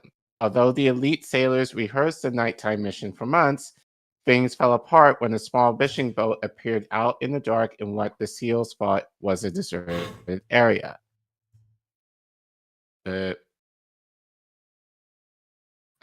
David Phillips and Matthew Cole reported for the Times that President Donald Trump... flashlights from the boat swept it over the water. I think you... I might have done that. Twice. Yeah. So, flashlights from the boat swept over the water. Fearing that they might have been spotted, the SEALs opened fire, wrote Phillips and Cole. Within seconds, everyone on the North Korean boat was dead. The SEALs retreated into the sea without planting the listening device. Officials familiar with the mission told the Times that the SEALs then pulled 2 or 3 bodies from the boat, punctured the victims' lungs with knives so the bodies would sink, and threw the dead fishers into the sea. So excessive? Yep. Much? So you pulled this tweet from Daniel Malmer, who said, it didn't leave them dead. Navy SEALs slaughtered 3 innocent people. Yep. According to the Times, the 2019 operation has never been publicly acknowledged or even hinted at by the United States or Korea. Yeah, both countries have their reasons. The details remain classified and are being reported for the first time. The Trump administration did not notify key members of Congress who oversees intelligence operations before or after the mission. The lack of notification may have violated the law. I would guess it would, but who follows the law in this country? The aborted SEAL mission prompted a series of military reviews during Mr. Trump's first term. They found that the killing of civilians was justified under the rules of engagement and that the mission was underdone by a collision of unfortunate occurrences that could have not been foreseen or avoided. The findings were classified. It is not known whether or how much North Korea's government knew about the mission. While Trump's erstwhile untried tactic of direct negotiations with Kim averted escalation of the 2018-19 standoff, the high-profile summits between the two leaders yielded no substantial progress towards denuclearization or peace treaty. The U.S. and North Korea are technically still at war. Between 1950 and 1953, U.S. forces killed an estimated 20% of all North Koreans, around 1.9 million men, women, and children, according to General Curtis Bombs-Away LeMay, who served as a strategic air commander during the war after overseeing World War II firebombing raids on Japanese cities that killed hundreds of thousands of civilians. So you were... Yeah, I brought this. You want to read this? Go ahead. I got you. So this is from Zay Squirrel, right? So she found this story as well. And she writes, it has just been reported as an oh my god breaking story in the New York Times that the U.S. sent Navy SEAL Team 6 into North Korea in 2019 and massacred civilians on a mission to supposedly plant a listening device, which of course, a lie, as the real mission will not be disclosed for decades if ever. The New York Times also, of course, laundered this all with typical propaganda, framing it as being just an accident. They also say it was 2 or 3 civilians they massacred, which means it was at least a dozen, likely over 20 or more they mass murdered, including women and children. Then they say they went to the bodies of the children, women, and men they massacred and punctured their lungs with knives and threw their bodies into the sea and made sure they sunk so that no one would ever find them. Oh, they just accidentally mass murdered civilians and then disappeared their bodies so their loved ones would never know what happened to their children, siblings, mothers, and fathers. They didn't mean to. We never mean to. It's always an accident for us and our Zionist Israeli masters whenever we mass murder and rape all over the world. This is the tip. Again, political violence is okay. Yep. It's fine. When, fine. When our leaders do it. Yep. This is the tip of the iceberg of what the Israeli U.S. NATO empire does all over the world all the time, constantly, and we never even know about it. They mass murder, rape, torture, behead, throw babies down wells, smash their heads against rocks, puncture their lungs, disappear their bodies in the ocean or in acid. They do it constantly, everywhere. In Iran, Yemen, Lebanon, Syria, Libya, Sudan, Afghanistan, North Korea, Cuba, Venezuela, Russia, and China. They do it everywhere they please, with full impunity. Only when you have the ability to defend yourself and your sovereignty will you be able to at least force them to minimize their genocidal, terrorist, sadistic depravity for fear of retaliation. This is the lesson of the rules-based international order. The propaganda rhetoric used laundered the Zionist Israeli U.S. NATO empire, also known as the Fourth Reich. Always remember Nasrallah's words, what is happening in Gaza proves international law cannot protect you. Memorize this. Some say, give up your weapons, rely on the UN. If you are weak, the world will not acknowledge you, protect you, or even cry for you. What protects you is your weapons, your power. So, the U.S. empire's genocidal war on Korea killed millions. Their firebombing of cities caused much greater destruction than of the German and Japanese during World War II. Then they built their largest military base in their southern fascist colonial proxy. Their obsessive project was always to utterly destroy the liberated DPRK and bring it back under U.S. hegemony by any means necessary. But they were unable to, even before they acquired nuclear weapons in 2006. Why? Because they feared them. They saw them as extreme, irrational, crazed even. If we dare launch an attack on them, they will destroy the entire South. They will wipe out the entire South with their artillery and missiles without even blinking. There's a single attack on the North, and it's over. So they never dared launch a war against them before they were nuclearized. And then, when they did nuclearize in 2006, it was over. the project of collapsing the Korean state and destroying its people through a genocidal war was over, they still have their military base, but it is impotent. The DPRK has total and complete deterrence. Every country on Earth that liberates itself from the Israeli-U.S. NATO empire clutches must learn this essential lesson. Thoughts so far before we get to the video? I mean, Yep. the empire at work. Yep. So this is Bruce Cummins, who's going to explain some stuff to y'all peeps. We're going to do some history real quick. So, eyes up, class. When you look at the firebombing of Tokyo and of Dresden and Hamburg, they have these statistics. How much of the city was destroyed? And it's usually on the range of 35, 40, 45%, sometimes over 50%. But the very same people do the same incendiary bombing over North Korea, where North Korea was not like North Vietnam. It had industrial cities, about 14 of them, plus the capital at Pyongyang. So it was already significantly urbanized. And the same people do the same surveys, and I have the chart in a table in my book. Xinhuiju on the Chinese border, 95% destroyed. Pyongyang, 85%. Hamhung, an industrial city, 80%. They actually destroyed North Korean cities to a greater degree than the bombing of Japanese and German cities. And yet there's just a terribly disproportionate aspect of this, because the Germans were capable of mounting a defense, and they had V-2 rockets clanging into London and so on. And you took your life in your hands when you went on a bombing run over Germany. The Japanese didn't have much good anti-aircraft, but they had a very formidable army. And here you have North Korea, which was essentially a developing country with some industrial cities. And we level it more than we did Japan or Germany, and they're defenseless. So they're underground. They have schools, factories, hospitals underground. The North Koreans at the recent party meeting said something about 1997-98 being a year of terrible sacrifice. That was a reference to the famine.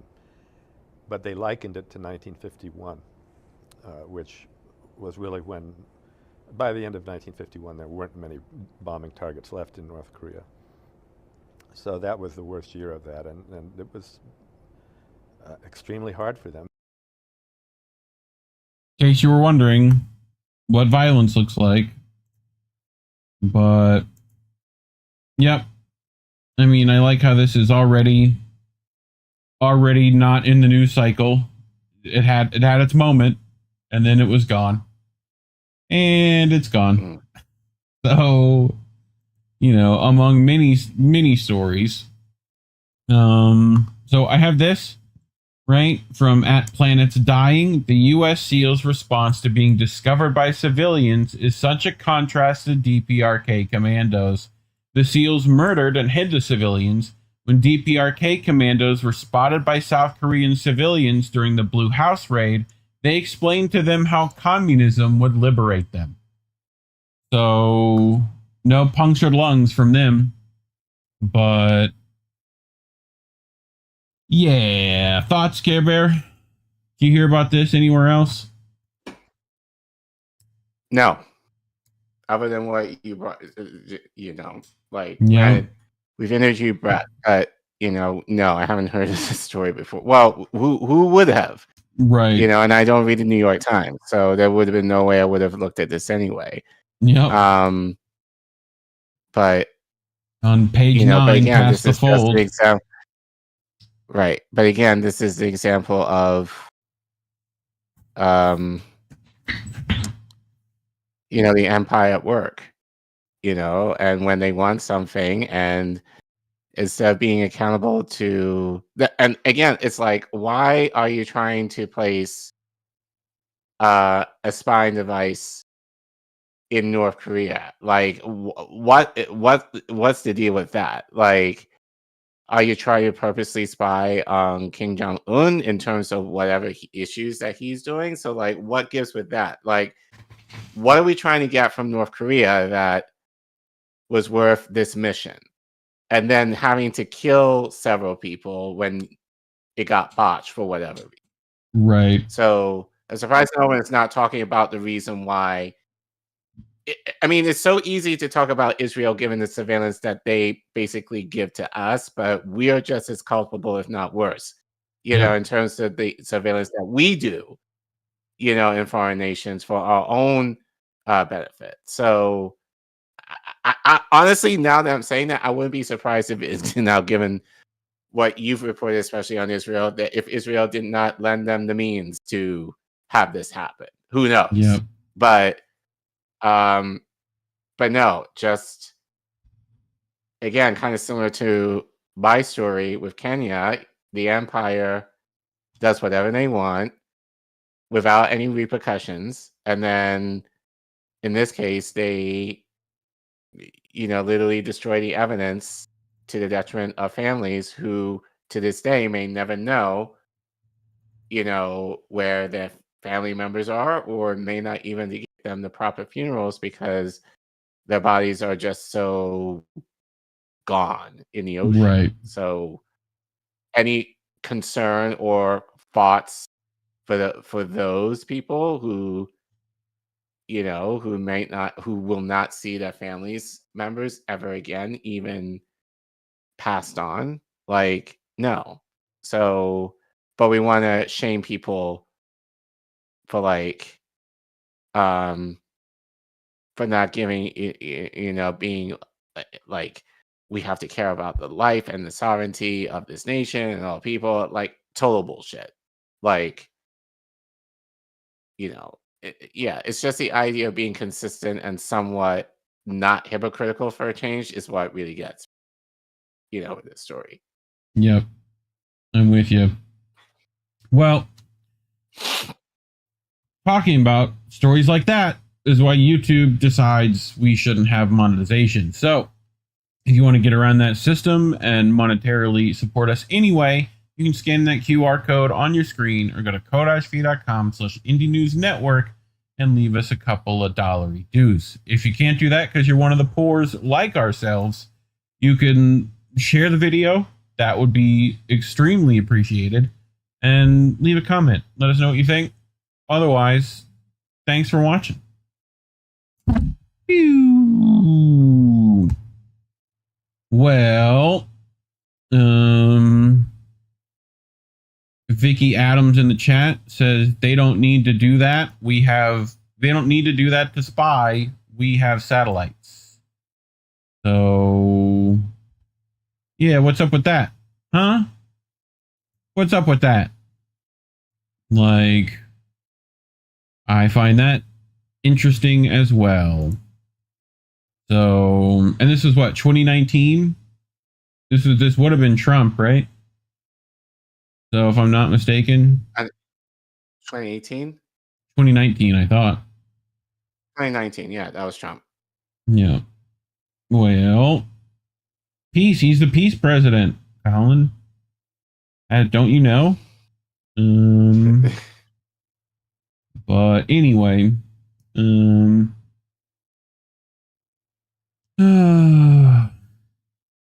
well, you ready to get to our next one? We're ready. We're moving right along anyway. Yep. So I'm okay with that. All right. So this happened, Collin, and a lot of people are definitely trying to get distracted away from this story. This story can't have its own news cycle, but we here at INN are not going to get distracted. We're going to actually talk about what actually happens in the world. So this is from Mondo Weiss, right? And they write about how Israel bombed Qatar to assassinate Hamas's lead ceasefire negotiators. So bit of political violence over in this part of the world. Israel attempted to assassinate top Hamas leaders in Qatar on Tuesday after large explosions were heard in the capital city of Doha. Smoke columns rose from the building targeted in the attack. A joint statement by the Israeli army and Israel's internal intelligence agency confirmed that it has targeted Hamas senior leadership in a precision strike The statement added that the targeted leaders were directly responsible for the October 7th attack and that measures were taken in order to mitigate harm to civilians. Yeah, we've heard that before. Israel's media said that the strike targeted the offices of the lead Hamas negotiator in the ongoing ceasefire talks, Khalil al-Hayya, in addition to other members of the negotiating team. Hamas Politburo member Zahil al-Hindi told Al Jazeera on Tuesday evening that the negotiating team led by al-Hayya had survived the cowardly assassination attempt. Al-Hindi also told the Qatari news network that Hamas will not raise the white flag. Al Jazeera reported that 5 lower-ranked members were killed. An unnamed White House official told AFP that the U.S. was notified in advance of Israel's planned attack in Qatar. The Israeli attack comes after Trump had put forward a proposal for a 60-day ceasefire that would see the release of all Israeli captives in the first 48 hours of the agreement. In exchange, negotiations to permanently end the war on Gaza would commence with personal guarantees from the U.S. president that Israel would engage in the negotiations in good faith. Trump's proposal would also see Hamas relinquish control over Gaza and give up its arms. Hamas has repeatedly said that it is willing to relinquish control over the Strip and allow for an independent, technocratic government to rule in its stead, but has maintained that disarming remains a red line for the group. So, Dave DeCamp over at Anti-War also talked about this, right? He writes about Israeli airstrikes targeting Hamas leadership. The attack on Doha comes as Israel continues to advance its offensive against Gaza City, leveling several high-rise buildings, housing thousands of refugees who were forced to leave the towers after receiving evacuation orders from the Israeli army. In recent weeks, the Israel army offensive has flattened entire neighborhoods in eastern Gaza City, including the Shuaya, Sabra, and Zaytun neighborhoods. The Israeli army has also dropped leaflets over the city ordering its entire population to evacuate to the overcrowded Mawasi area on the coast of Khan Yunis in southern Gaza. The Israeli army says its occupation of the city will last for at least a year. According to Israeli media, Israeli warplanes dropped more than 10 bombs on a residential building where Israel believed Hamas leaders were gathering, an area of Doha near schools and embassies. Qatar has hosted a Hamas office since 2012, a step it took at the request of the U.S. Anyone catch that one? No? Just me? Okay. Sources told Middle East Eye President Trump blessed the attack on Qatar, which is a major non-NATO ally of the U.S. and hosts about 10,000 U.S. troops, although U.S. officials speaking to other media outlets claim that the U.S. was notified while Israeli warplanes were in the air. White House Press Secretary Caroline Leavitt later commented on the attack, saying it doesn't advance U.S. and Israeli goals, while also backing the idea of targeting Hamas officials. The Trump administration was notified by the U.S. military that Israel was attacking Hamas, which very unfortunately was located in a section of Doha, the capital of Qatar, she said. If the U.S. and Israel coordinated on the strike in Doha, it would mark the second time this year the two countries used negotiations as a cover for an attack. Israel launched the 12-day war on Iran on June 13th, amid U.S. and Iran nuclear negotiations, 2 days before the U.S. and Iran were set to hold another round of talks. The attack on Doha also has implications for the U.S. relationship with its Gulf Arab allies. Although the fact that Israeli warplanes would have had to use Arab airspace to launch the strikes suggests there may have been some cooperation. Qatar said it condemned in the strongest terms the cowardly Israel attack and said it was a blatant violation of all international laws and norms.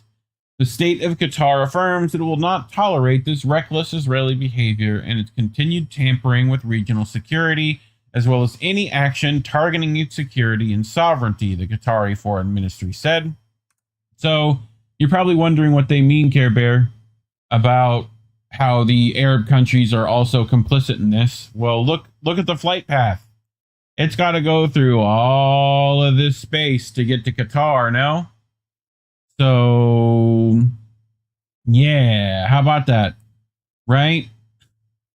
flew over the airspace of Jordan and Saudi Arabia and refueled from the U.S. Central Command area of operations. So we definitely knew about it.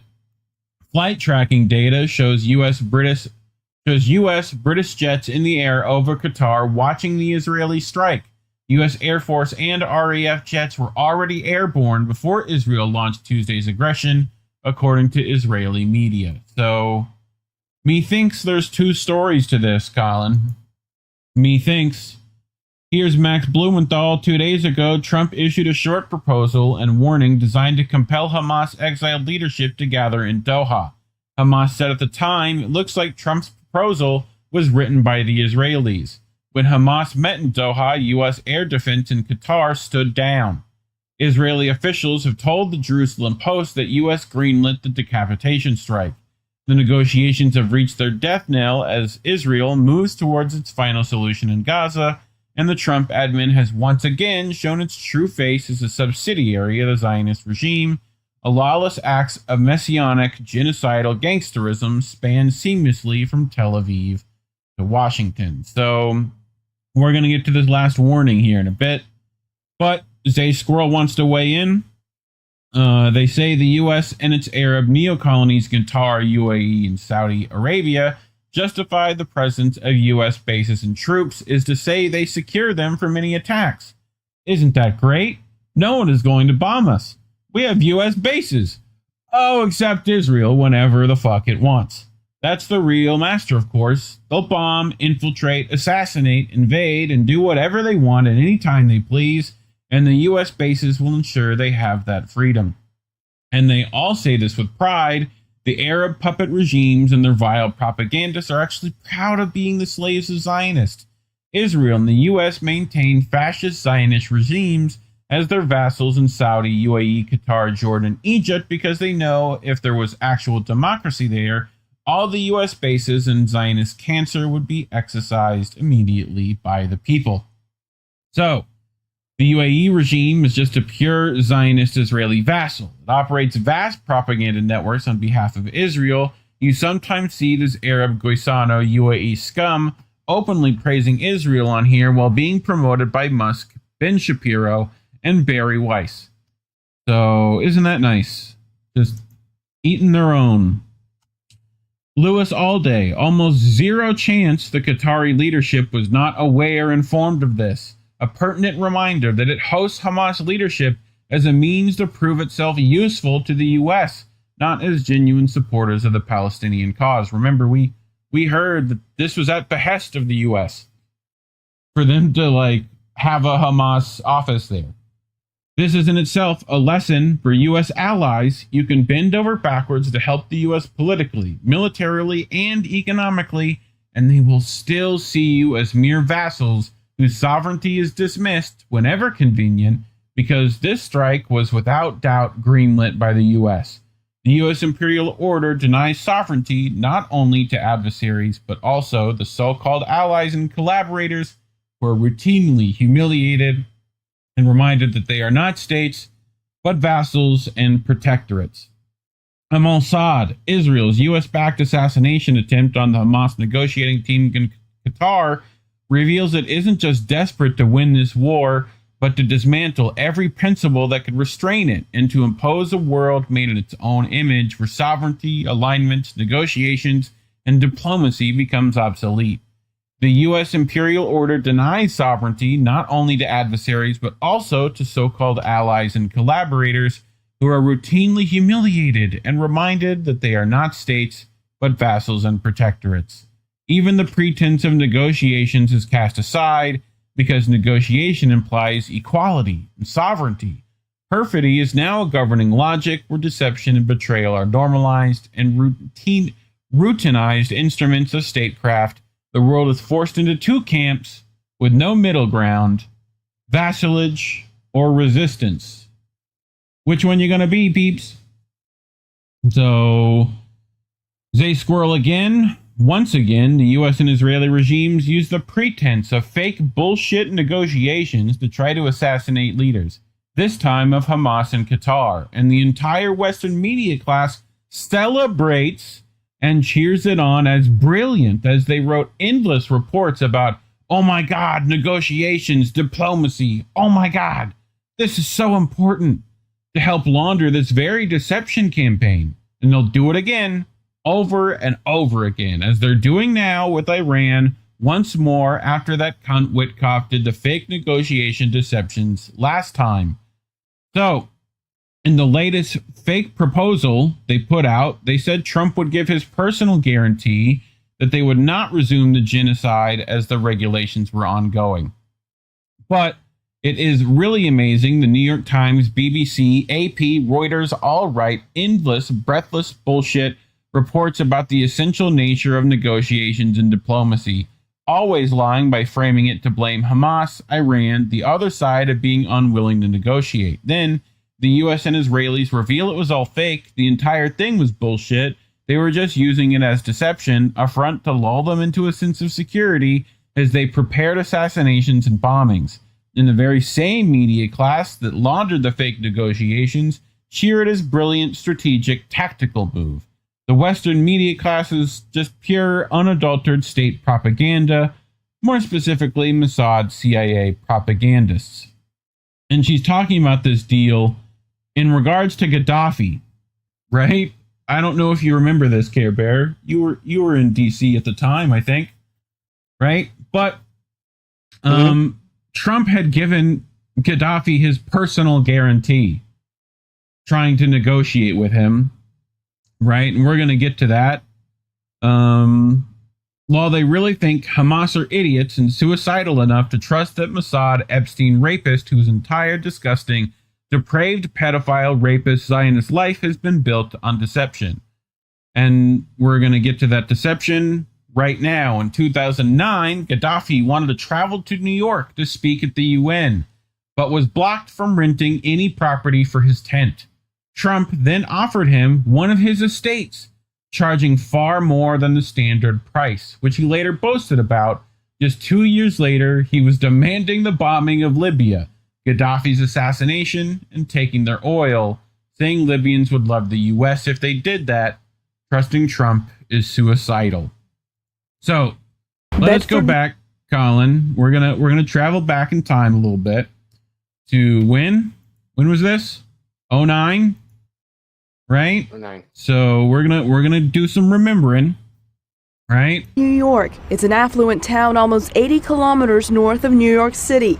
American celebrities like Martha Stewart and Ralph Lauren live nearby. Now another big name, Libyan leader Muammar Gaddafi, is making news here. Mr. Gaddafi pitched his tent on Donald Trump's property in Bedford and caused a stir. It was not a camping tent, but a ceremonial tent for receiving guests. As long as it doesn't affect the rest of the town, it's, okay with me. But officials in the town expressed outrage. The town issued a stop work order on the tent, claiming legal permits were not obtained. The Trump Organization says the property was leased on a short-term basis to Middle Eastern partners who may or may not have a relationship to Mr. Gaddafi. A company spokesman said Trump asked the tenant occupying the property to remove the tent, and the tenant complied. The Libyans first asked to pitch the tent in New York's Central Park, but that was denied. Would you intervene in that situation or not if you were President Obama? I'd have to find out who the rebels were, but I'll tell you what, I'm only interested in Libya if we take the oil. If we don't take the oil, I have no interest in Libya. So your Middle East policy is basically guided by our interest in oil? My Middle East, which are I always heard that. I always heard that when we went into Iraq, we went in for the oil. I said, that sounds smart. I can't believe what our country is doing. Gaddafi in Libya is killing thousands of people. Nobody knows how bad it is.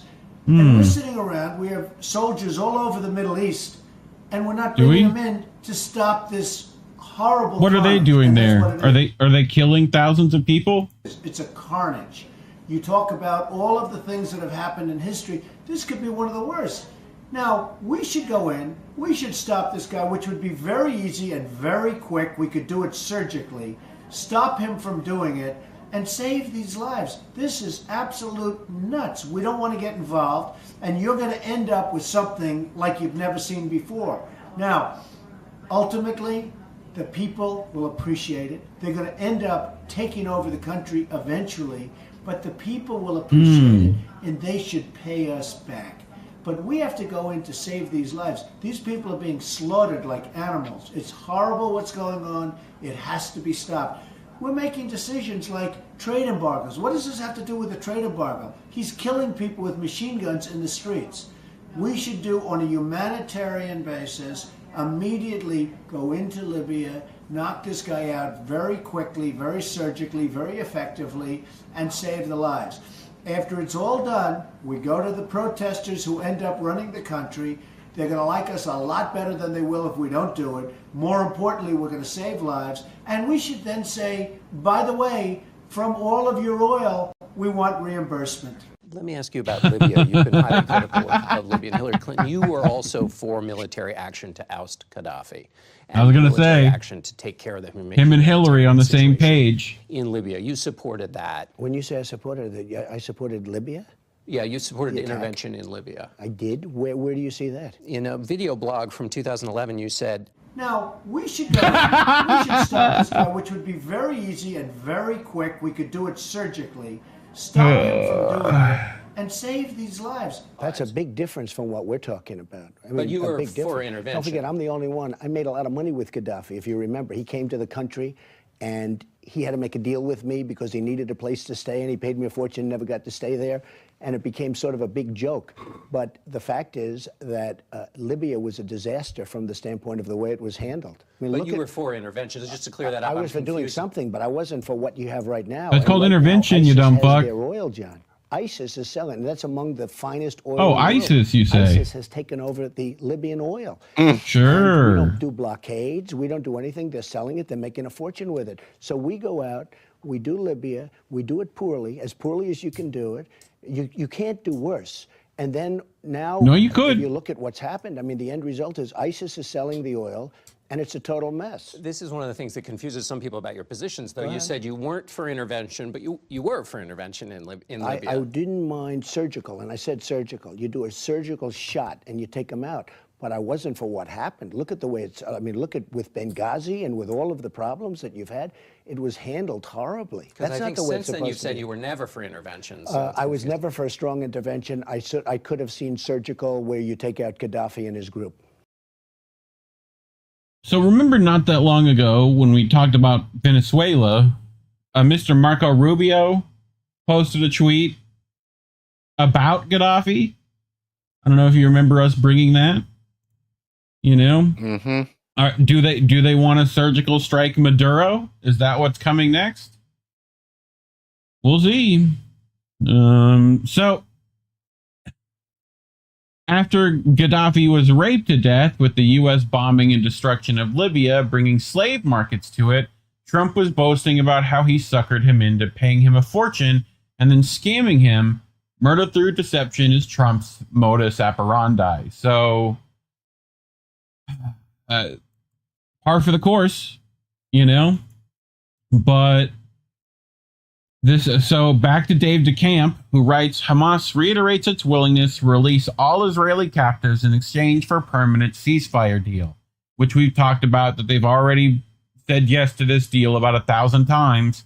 Hamas on Wednesday released a statement reiterating its long-standing offer to release all remaining Israeli captives in Gaza in exchange for a permanent ceasefire deal and Israeli withdrawal from the Strip. The statement came after Trump said in post on Truth Social that Hamas must release the 20 Israelis who are believed to be alive.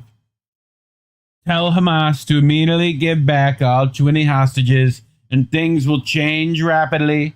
It will end, believe me, the president wrote. Hamas recently accepted a temporary ceasefire deal proposed by mediators Qatar and Egypt that was virtually identical to a framework previously approved by the U.S. and Israel. In the statement, Hamas said it was still awaiting Israel's response to their proposal. In this context, the movement reiterates its readiness to proceed with a comprehensive deal under which all the enemy captives held by the resistance would be released.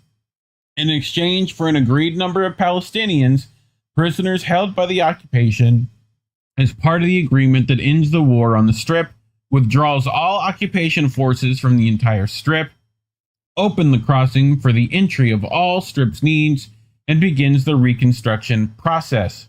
Hamas also reiterated its position that it's willing to cede governance of Gaza to an independent national administration of technocrats, whatever that means, that would manage all affairs of the Gaza Strip and immediately assume its responsibility in all fields.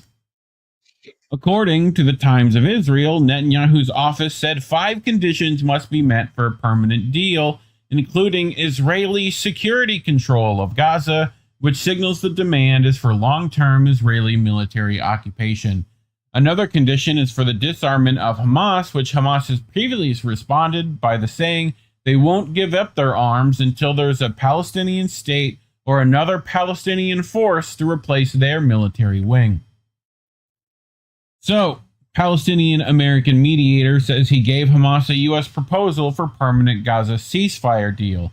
Bashar al-Baba says Hamas responded quickly but acknowledged a deal won't happen without U.S. pressure on Israel. Palestinian-American businessman Bashar al-Baba, who has been involved in Gaza ceasefire negotiations, has said that he passed to Hamas a U.S. proposal for a deal that would involve the release of all remaining captives in Gaza and an end to Israel's genocidal war on the Strip. Baba said that he passed the offer to Hamas before President Trump said in a post on Truth Social that Hamas must give back all 20 hostages, a reference to the remaining Israelis held in Gaza who are believed to be alive. Baba said that Hamas was initially skeptical of the U.S. proposal, but after Trump's post, the group released a statement that reiterated its willingness to release all Israeli hostages as part of a comprehensive deal that would involve a permanent ceasefire. So, again, I get the white screen of death. That's nice. Let's go back to this one. And back up a little.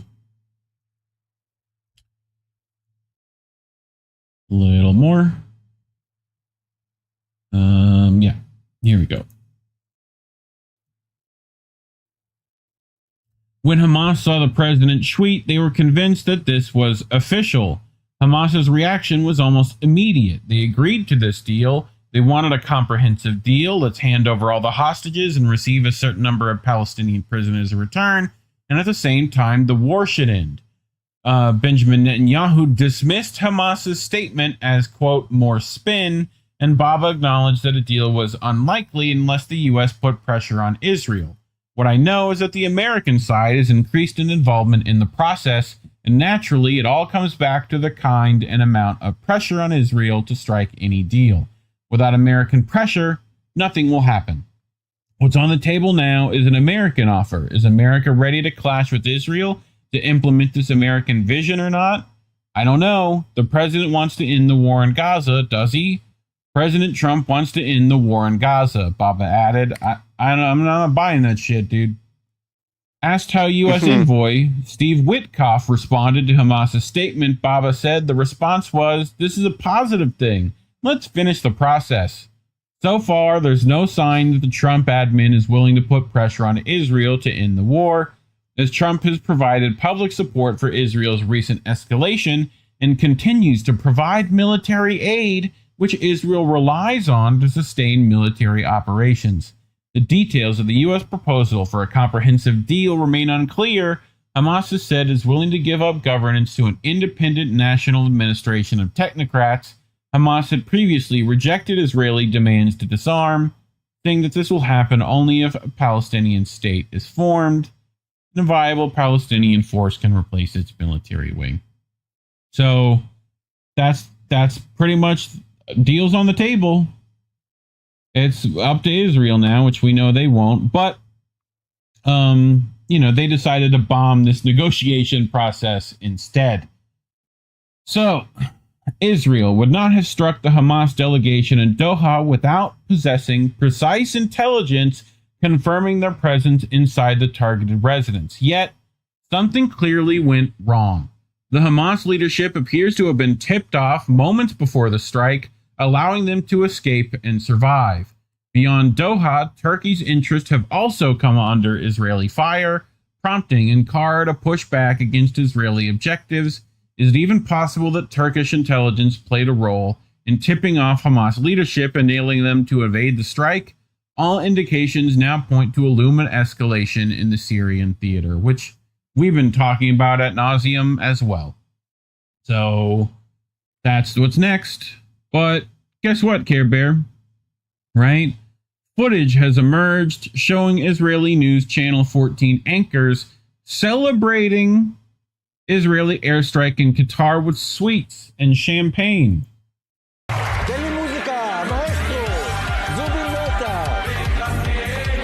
Look, they get fucking donuts. Champanga. Fucking. But, you know, shame on people celebrating political violence, Collin. Shame on them.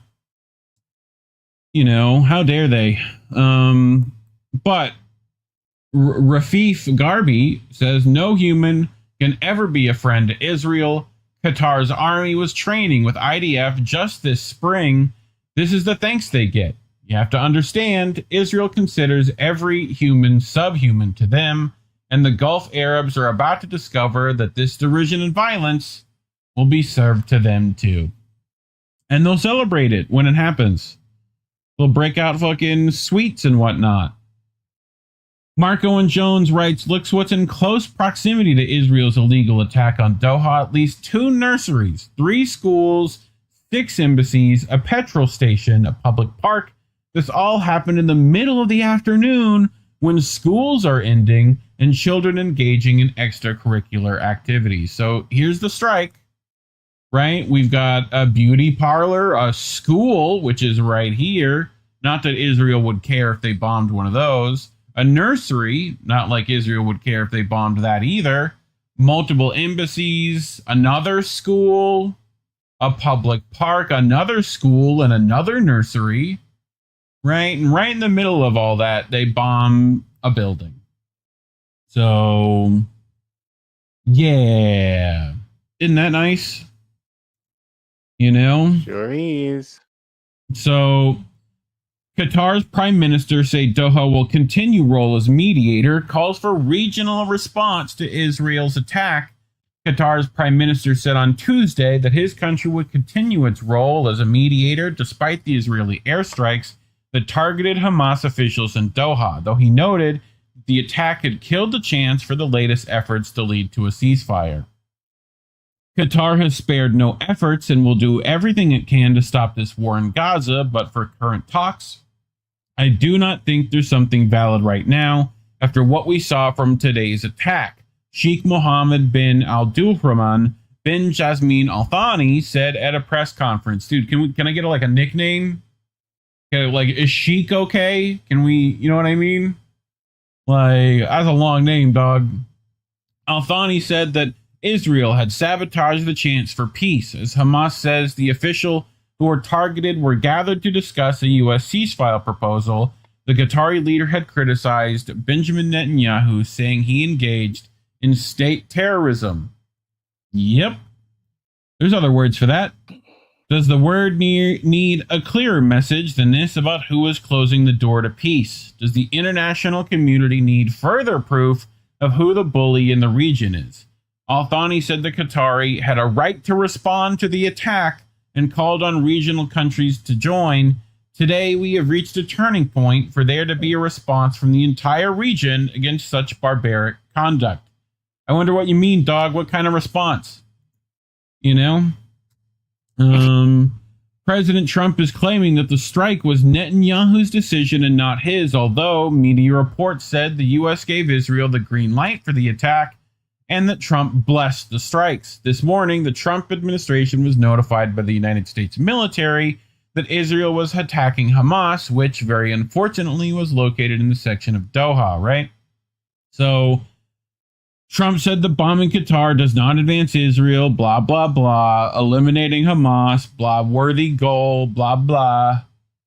At this point, it appears that the Israeli strikes failed their stated purpose. As Hamas said its senior political leaders were not killed, Hamas has said a total of 6 people were killed, including the son of a senior official, 4 office staff, and a Qatari security officer.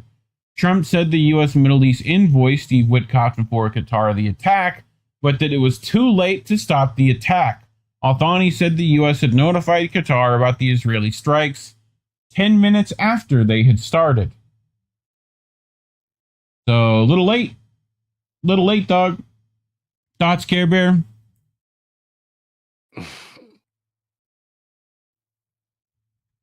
Empire Strikes Back.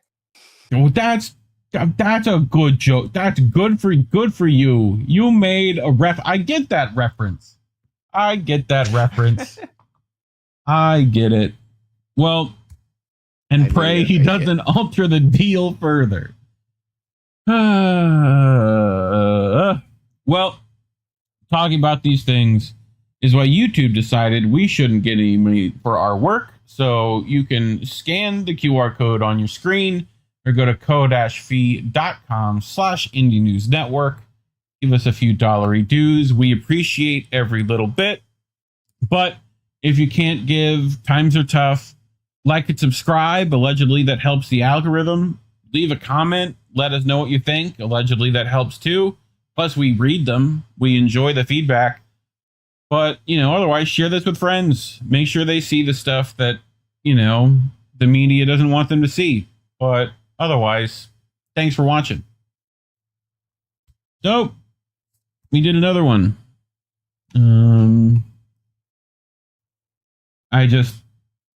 I wonder when the world's going to fight back. I wonder when are the Rebel Alliance going to get together, Like, don't wait for no Jedi to come around. Y'all got to fucking get that shit together yourselves.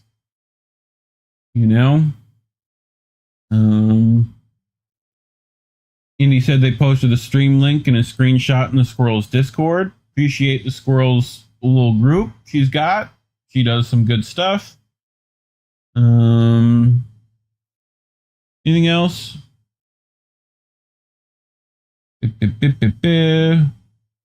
I was looking for one. Where did it go?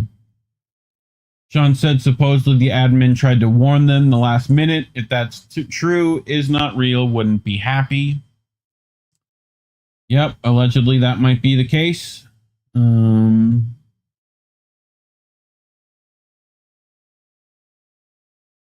But yeah.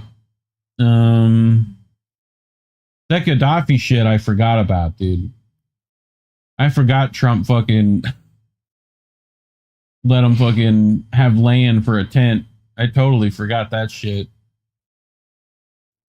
So, anyways, well, we only have one more story, Care Bear. So, yep. If you're ready to just hear me yak for another 15 minutes. Sure. Well, let's talk about Venezuela again, shall we?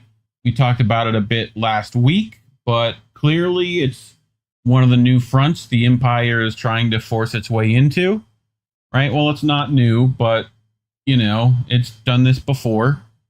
But Dave DeCamp writes, U.S. considers bombing Venezuela as it deploys F-35 fighter jets to Puerto Rico.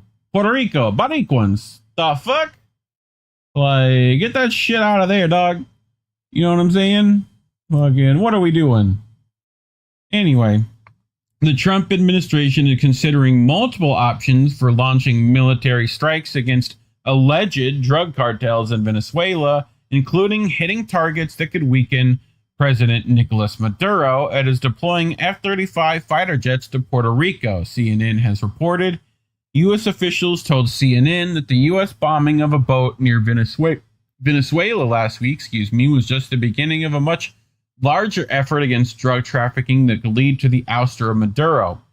U.S. officials claim the pressure on Venezuela and Maduro is about drug trafficking and a response to overdose deaths in the U.S., but fentanyl doesn't come from or through Venezuela, and the majority of the cocaine that is transported to the U.S. comes through the Pacific, not the Caribbean. Regardless of the details, the U.S. has labeled Maduro a narco-terrorist and increased this bounty on his head to $50 million over allegations of involvement in drug trafficking. On Friday, Trump downplayed the idea of regime change in Venezuela, saying, we're not talking about that, but we are talking about the fact that Venezuela had an election, which was very strange election, people tell me. But yeah, no, I mean, we totally have perfectly fine elections here, don't we? On Sunday, Trump was asked about the possibility of targeting cartels in Venezuela and said, well, you're going to find out. Any U.S. strikes on Venezuelan territory could lead to retaliation from Venezuela's military, which would turn into a full-blown war. The U.S. deployed F-35s to Puerto Rico after it claimed that 2 Venezuelan F-16 fighter jets flew over a U.S. Navy vessel. The Department of Defense, now known as the Department of War, said in a press release that the Venezuelan flight was provocative, despite the fact that the U.S. deployed a large number of naval vessels near Venezuela's coast, which apparently isn't fucking provocative. You mooks!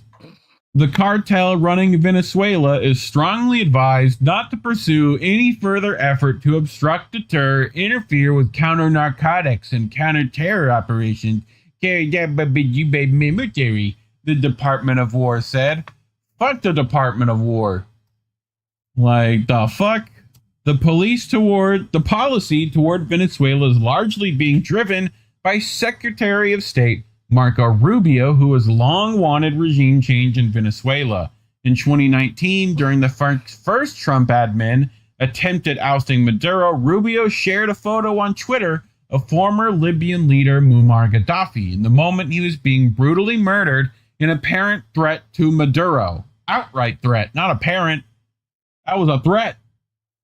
The new pressure on Venezuela comes after Maduro's government has been cooperative with the U.S. on deportations and after the Trump administration began allowing Chevron to resume oil operations in Venezuela. According to the CNN report, U.S. and Venezuelan officials continue to coordinate on deportations despite the current tensions. Fuck that. Fucking, what are you doing? Like, okay. Camila Escalante writes the United States is preparing a false flag operation involving simulating attack on U.S. military personnel, accusing Venezuela and justifying a direct military aggression against their country. William Castillo says the United States is preparing a false flag operation. It would have the objective of simulating attack on U.S. military personnel, accusing Venezuela and justifying a direct military aggression against our country. As with the Maine in 1898, y'all remember the Maine? Anybody remember the Maine? Where we completely made up a fucking story to get us into a war? That Maine? As in the Gulf of Tonkin, y'all remember the Gulf of Tonkin? Where we completely made up a story to get us into another fucking war? As with the weapons of mass destruction of Iraq, y'all remember the weapons of mass destruction of Iraq? Where we lied and got us into another war? Extremely serious. The Minister of Defense, Vladimir Padrino, denounces it. So, any questions from the class? Sound about the same shit that we always fucking deal with? Yeah. Same shit? Well, President Maduro says the U.S. military buildup in the Caribbean is aimed at Venezuela's oil, gas, and gold reserves. Because of course it is. It's always about the oil. Didn't you hear Trump in my last segment talk about we got to protect Libya's oil? Y'all remember that shit? Well, we're doing it here too. So here we go. We'll let Maduro have some words here. There are 8 destroyer warships in the Caribbean. That's never been seen before. 12,000 missiles pointed at our heads. They have a nuclear submarine. And now they say they're also in Puerto Rico. The head of the Pentagon arrived in Puerto Rico, and the governor in Puerto Rico said that Puerto Rico was the base for a military operation against Venezuela. They're after many things. The first thing they're after is oil. Not drug trafficking, it's oil. Venezuela has the world's largest oil reserves and the 4th largest gas reserves, which are in the Caribbean, precisely where the U.S. sent their fleet. And Venezuela has what could be the world's largest gold reserves, and so on. So the U.S. empire is playing a dangerous card for our region, but dangerous for them as well. And it's an extremist card too. They can't say about Maduro that he has weapons of mass destruction. So they bring out their Hollywood stories in which Maduro is the bad guy and they are the good guys. And then they're going to send their army. They seek to use military intimidation to defend the far right, the extreme right, and imperial interests. Because internally, we have defeated them on every level. So bookmark that for when what he says is going to happen actually happens. So, but he also adds the governor of Puerto Rico said that the PR was the base for a military operation against Venezuela. I'll tell the governor, if you say that you are going to invade, you come first. Fucking, which is a baller way to say that shit. You get off the first ship. The Venezuelan women will be waiting for you here. Fucking, okay. So, here's another bit which was not in the breakthrough news segment that he also added. So, he talked more about these oil reserves. So, which we'll listen on that. They look for oil, not drug trafficking. It's oil, it's gas. Venezuela has the world's largest oil reserves, which are now increasing due to new recovery factors associated with oil technology. It has the fourth largest gas reserve in the entire Caribbean, precisely where these people sent their fleet. Also talks about the world's largest gold reserves, 30 million hectares of arable land, water, and a gigantic aquifer. It has the Orinoco River, and to the north and south of the Orinoco, which crosses the entire south of Venezuela, it holds so much water it could nourish the world. So we've talked about that as well, about how water is another resource we're going to be going to war over. So sounds like Maduro's on it. He's like, no, we got some fucking water too. Right? Yep. Didn't Congress say that? Probably. Openly? I'm sure she did. I know someone did. I remember that video. It was one of our US fucking mouthpieces. So, but meanwhile, Venezuela's going to clap back and say it's deploying additional forces to combat drug trafficking. They're like, nah, we got it. We'll handle this, whatever trafficking you're talking about. Venezuelan Defense Minister Vladimir Padrino announced on Sunday a significant deployment of military forces in Venezuela's coastal regions and on its border with Colombia to combat drug trafficking amid soaring tensions in the U.S., which has built a significant naval force in the region. No one is going to come and do the work for us. No one is going to step on this land and do what we're supposed to do, Padrino said in a video posted on social media. The U.S. says that the purpose of its naval deployment is to crack down on drug trafficking, and it claims that Nicolas Maduro is the leader of a cartel, allegations he and other Venezuelan officials strongly deny. Venezuelan Vice President Delcy Rodriguez held a press conference on Monday where she rejected U.S.'s claims of narco-terrorism, which she said were being used to justify aggression against Venezuela.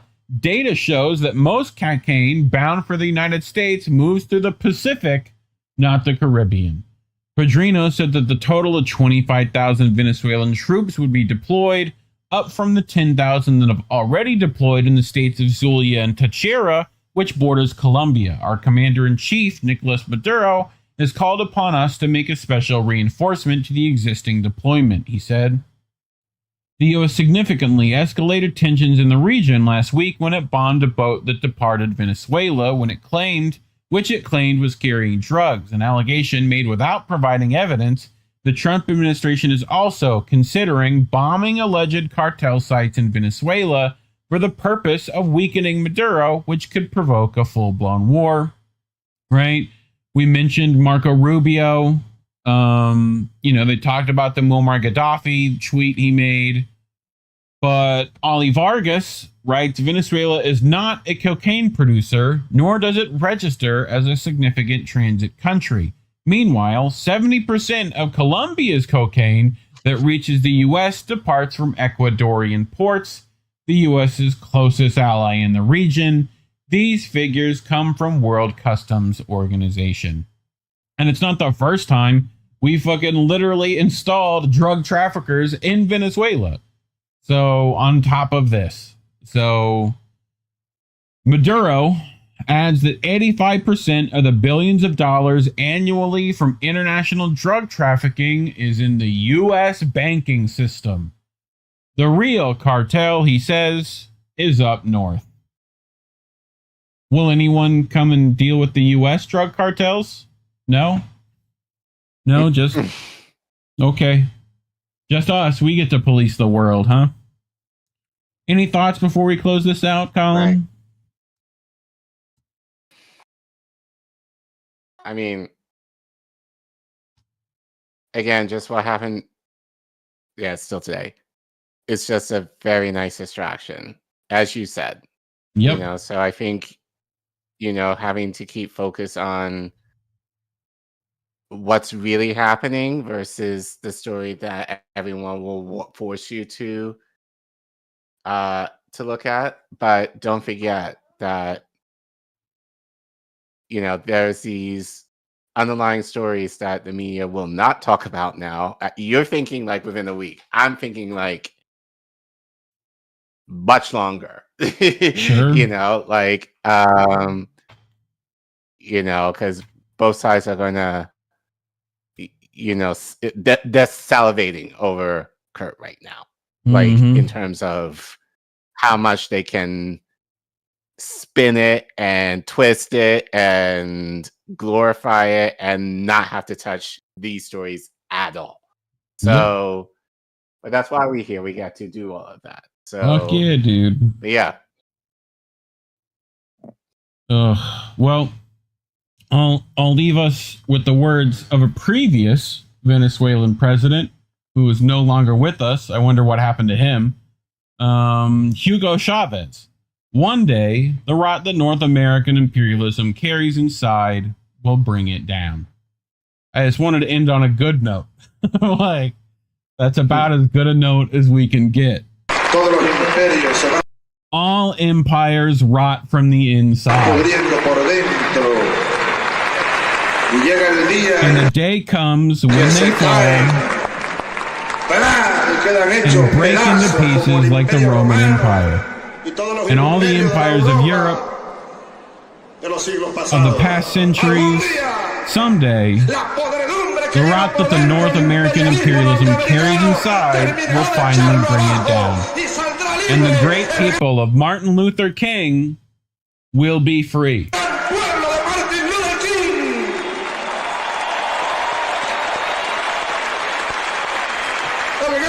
The great North American people, which is a brotherly people, from here I send my greetings and our greetings to the people of the United States of North America, to the people of Canada, to the people of Europe. One day you too shall be free. What happened to that guy? Yeah. Funny how that works. Right. And if he was on YouTube, YouTube would certainly demonetize him. So you can scan that QR code on your screen. Go to ko-fi.com/Indie News Network. As always, links to donate are in the description. We appreciate any of the monetary support we get. But if you can't, we get it. Like, subscribe, share this video. Let people know what's happening. Otherwise, let us know what you think. Get in those comments. We would like to hear the feedback. Otherwise, thanks for watching. Yay! Care Bear, we did it. Vicky Adams says thank you, and thank you, Vicky Adams. We appreciate you. So Earl of Laurel, I took a class in 97, War, Peace, and World Politics. Kid asked why we didn't end Saddam. Teacher explained the chaos of a power vacuum. Then it all came true. Bless that lady. Like, yep, had a bunch of those teachers, you know. So Kill Your Egregores, reminding people to go look up that tree project, Operation Sycamore. You know, go Google that thing about the trees. But Sean says, bruh, everyone knows it's JP Morgan that runs the drug imports. He ain't the only one, is he? And then there's the legal drug companies here, you know. And we definitely know the drugs aren't coming from the Caribbean because, like, I haven't seen any of that Jamaican weed in a while. I don't know about y'all, but that shit ain't here no more. It got fucking gentrified. You know, that's the word. Yeah. Well, I think that's our show, Care Bear. Hot Tamale over on the Twitch does ask, so why do you think the general public is so susceptible to the distractors? It's because it's all they're given, you know? They don't have alternatives. So, you know. I actually think we enjoy a distraction. Yeah. Which I don't mind to some degree. Is if you can chew gum and walk at the same time, fine. But most of the time, it's mainly just, you know, like people are just, and mainly it's, we talked about this too, mainly people aren't really worried about much of it, you know, they don't have the option to, like, survival is more important, but, you know, they're stuck at work all day and someone puts on fucking NPR on the radio, you know, like, that's what they have to deal with and live around. But I think that's it though. Me and Indy will do a show next Sunday. Keep an eye out for that. You know, it'll be same bad time, same bad channel, 10 o'clock Eastern. Come show up. We'll be talking about some more stuff. Probably going to cover the Banksy stuff in the UK. And if anything comes out on the Nepal stuff, we'll cover that too. Anything else you want to say to the people before we get out of here? We love you. Thank you. Yeah. All right, fam. Remember, labels are bad. Stay independent. Good night, fam. Have a good week, everyone.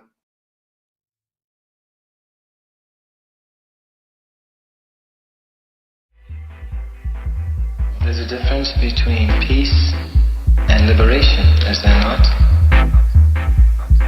You can have injustice and have peace. Isn't that correct? And peace and be enslaved. Yes. So peace isn't the answer. No.